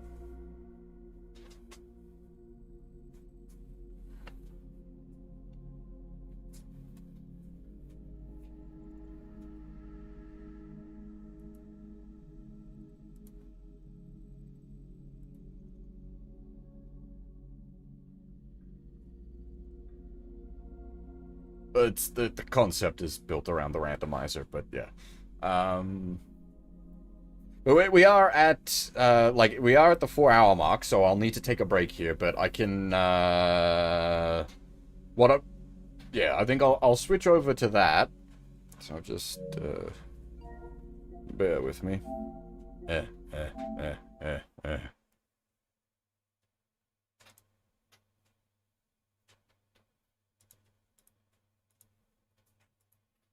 Turn that off.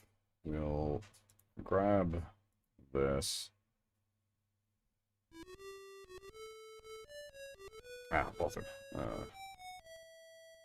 Hang on. Need to do this way around.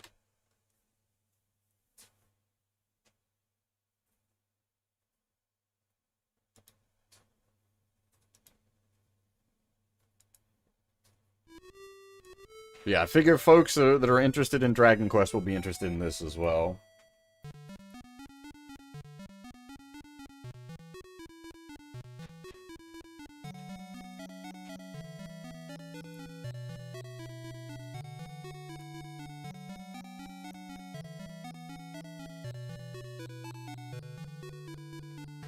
I played a couple of hours to check it out, and then I was like, I want to play this on stream. No spoilers, please. Especially, like, no mechanical spoilers like that, because this game seems to be actually quite well made.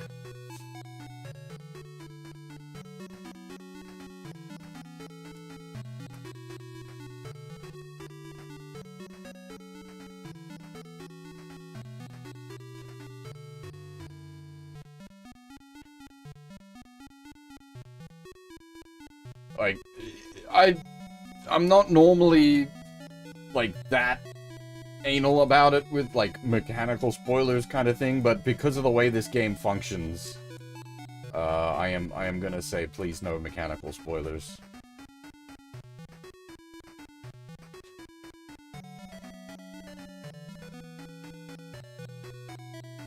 Oh yeah, it's not even kidding. Brimcon, wait, just wait, we'll get to it. It is. This is more DQ1 than DQ1 HD. There's a reason when I was trying this out, I'm like, I kind of need to play this on stream. This is kind of perfect.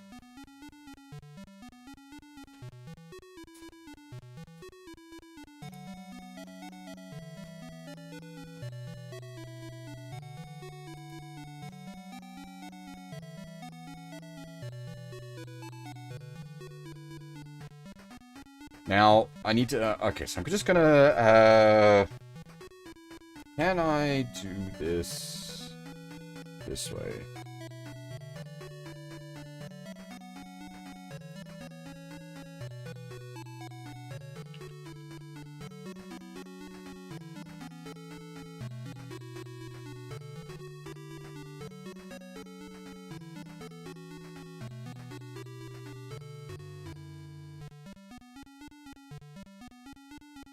Does this work?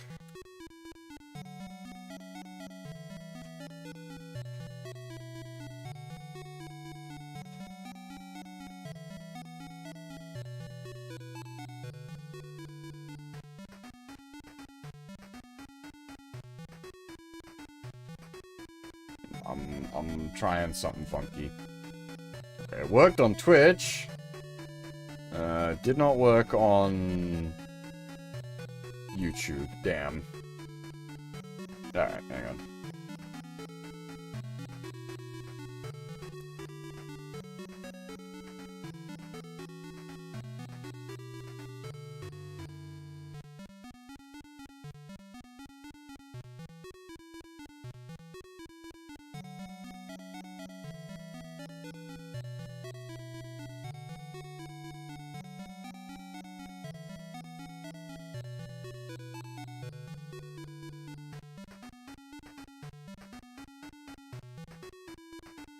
Sorry, this is, I haven't gotten used to doing this yet with the...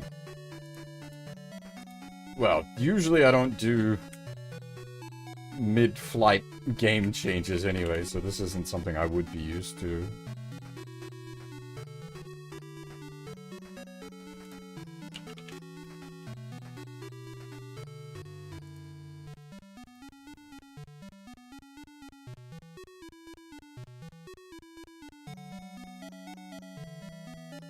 What do you mean, dead tail? Like, is it breaking? What?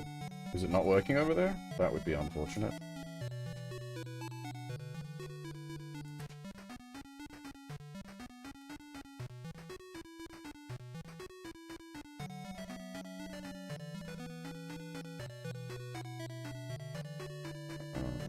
Alright. Okay. Probably need to give the game a bit more volume.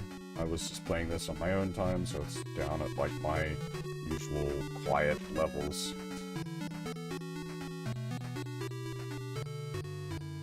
How's that for game volume? Obviously, we may need to readjust depending on, like, combat volume, but, like, the music volume seems alright here.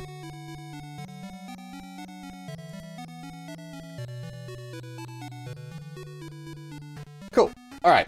I'm going to take a short break. We are pretty much perfectly at the 4-hour mark. This is exactly when I should be taking a break. And then when I get back, I'll show you guys this, which, as I said, this is more DQ1 than DQ1 HD. So if you're into some Dragon Quest, please stick around. You definitely need to take a look at this one. But yeah, I will be back shortly. Just gonna go grab a cup of coffee, have a stretch. If you need a coffee or a stretch or a snack or any of that yourself, now is the time.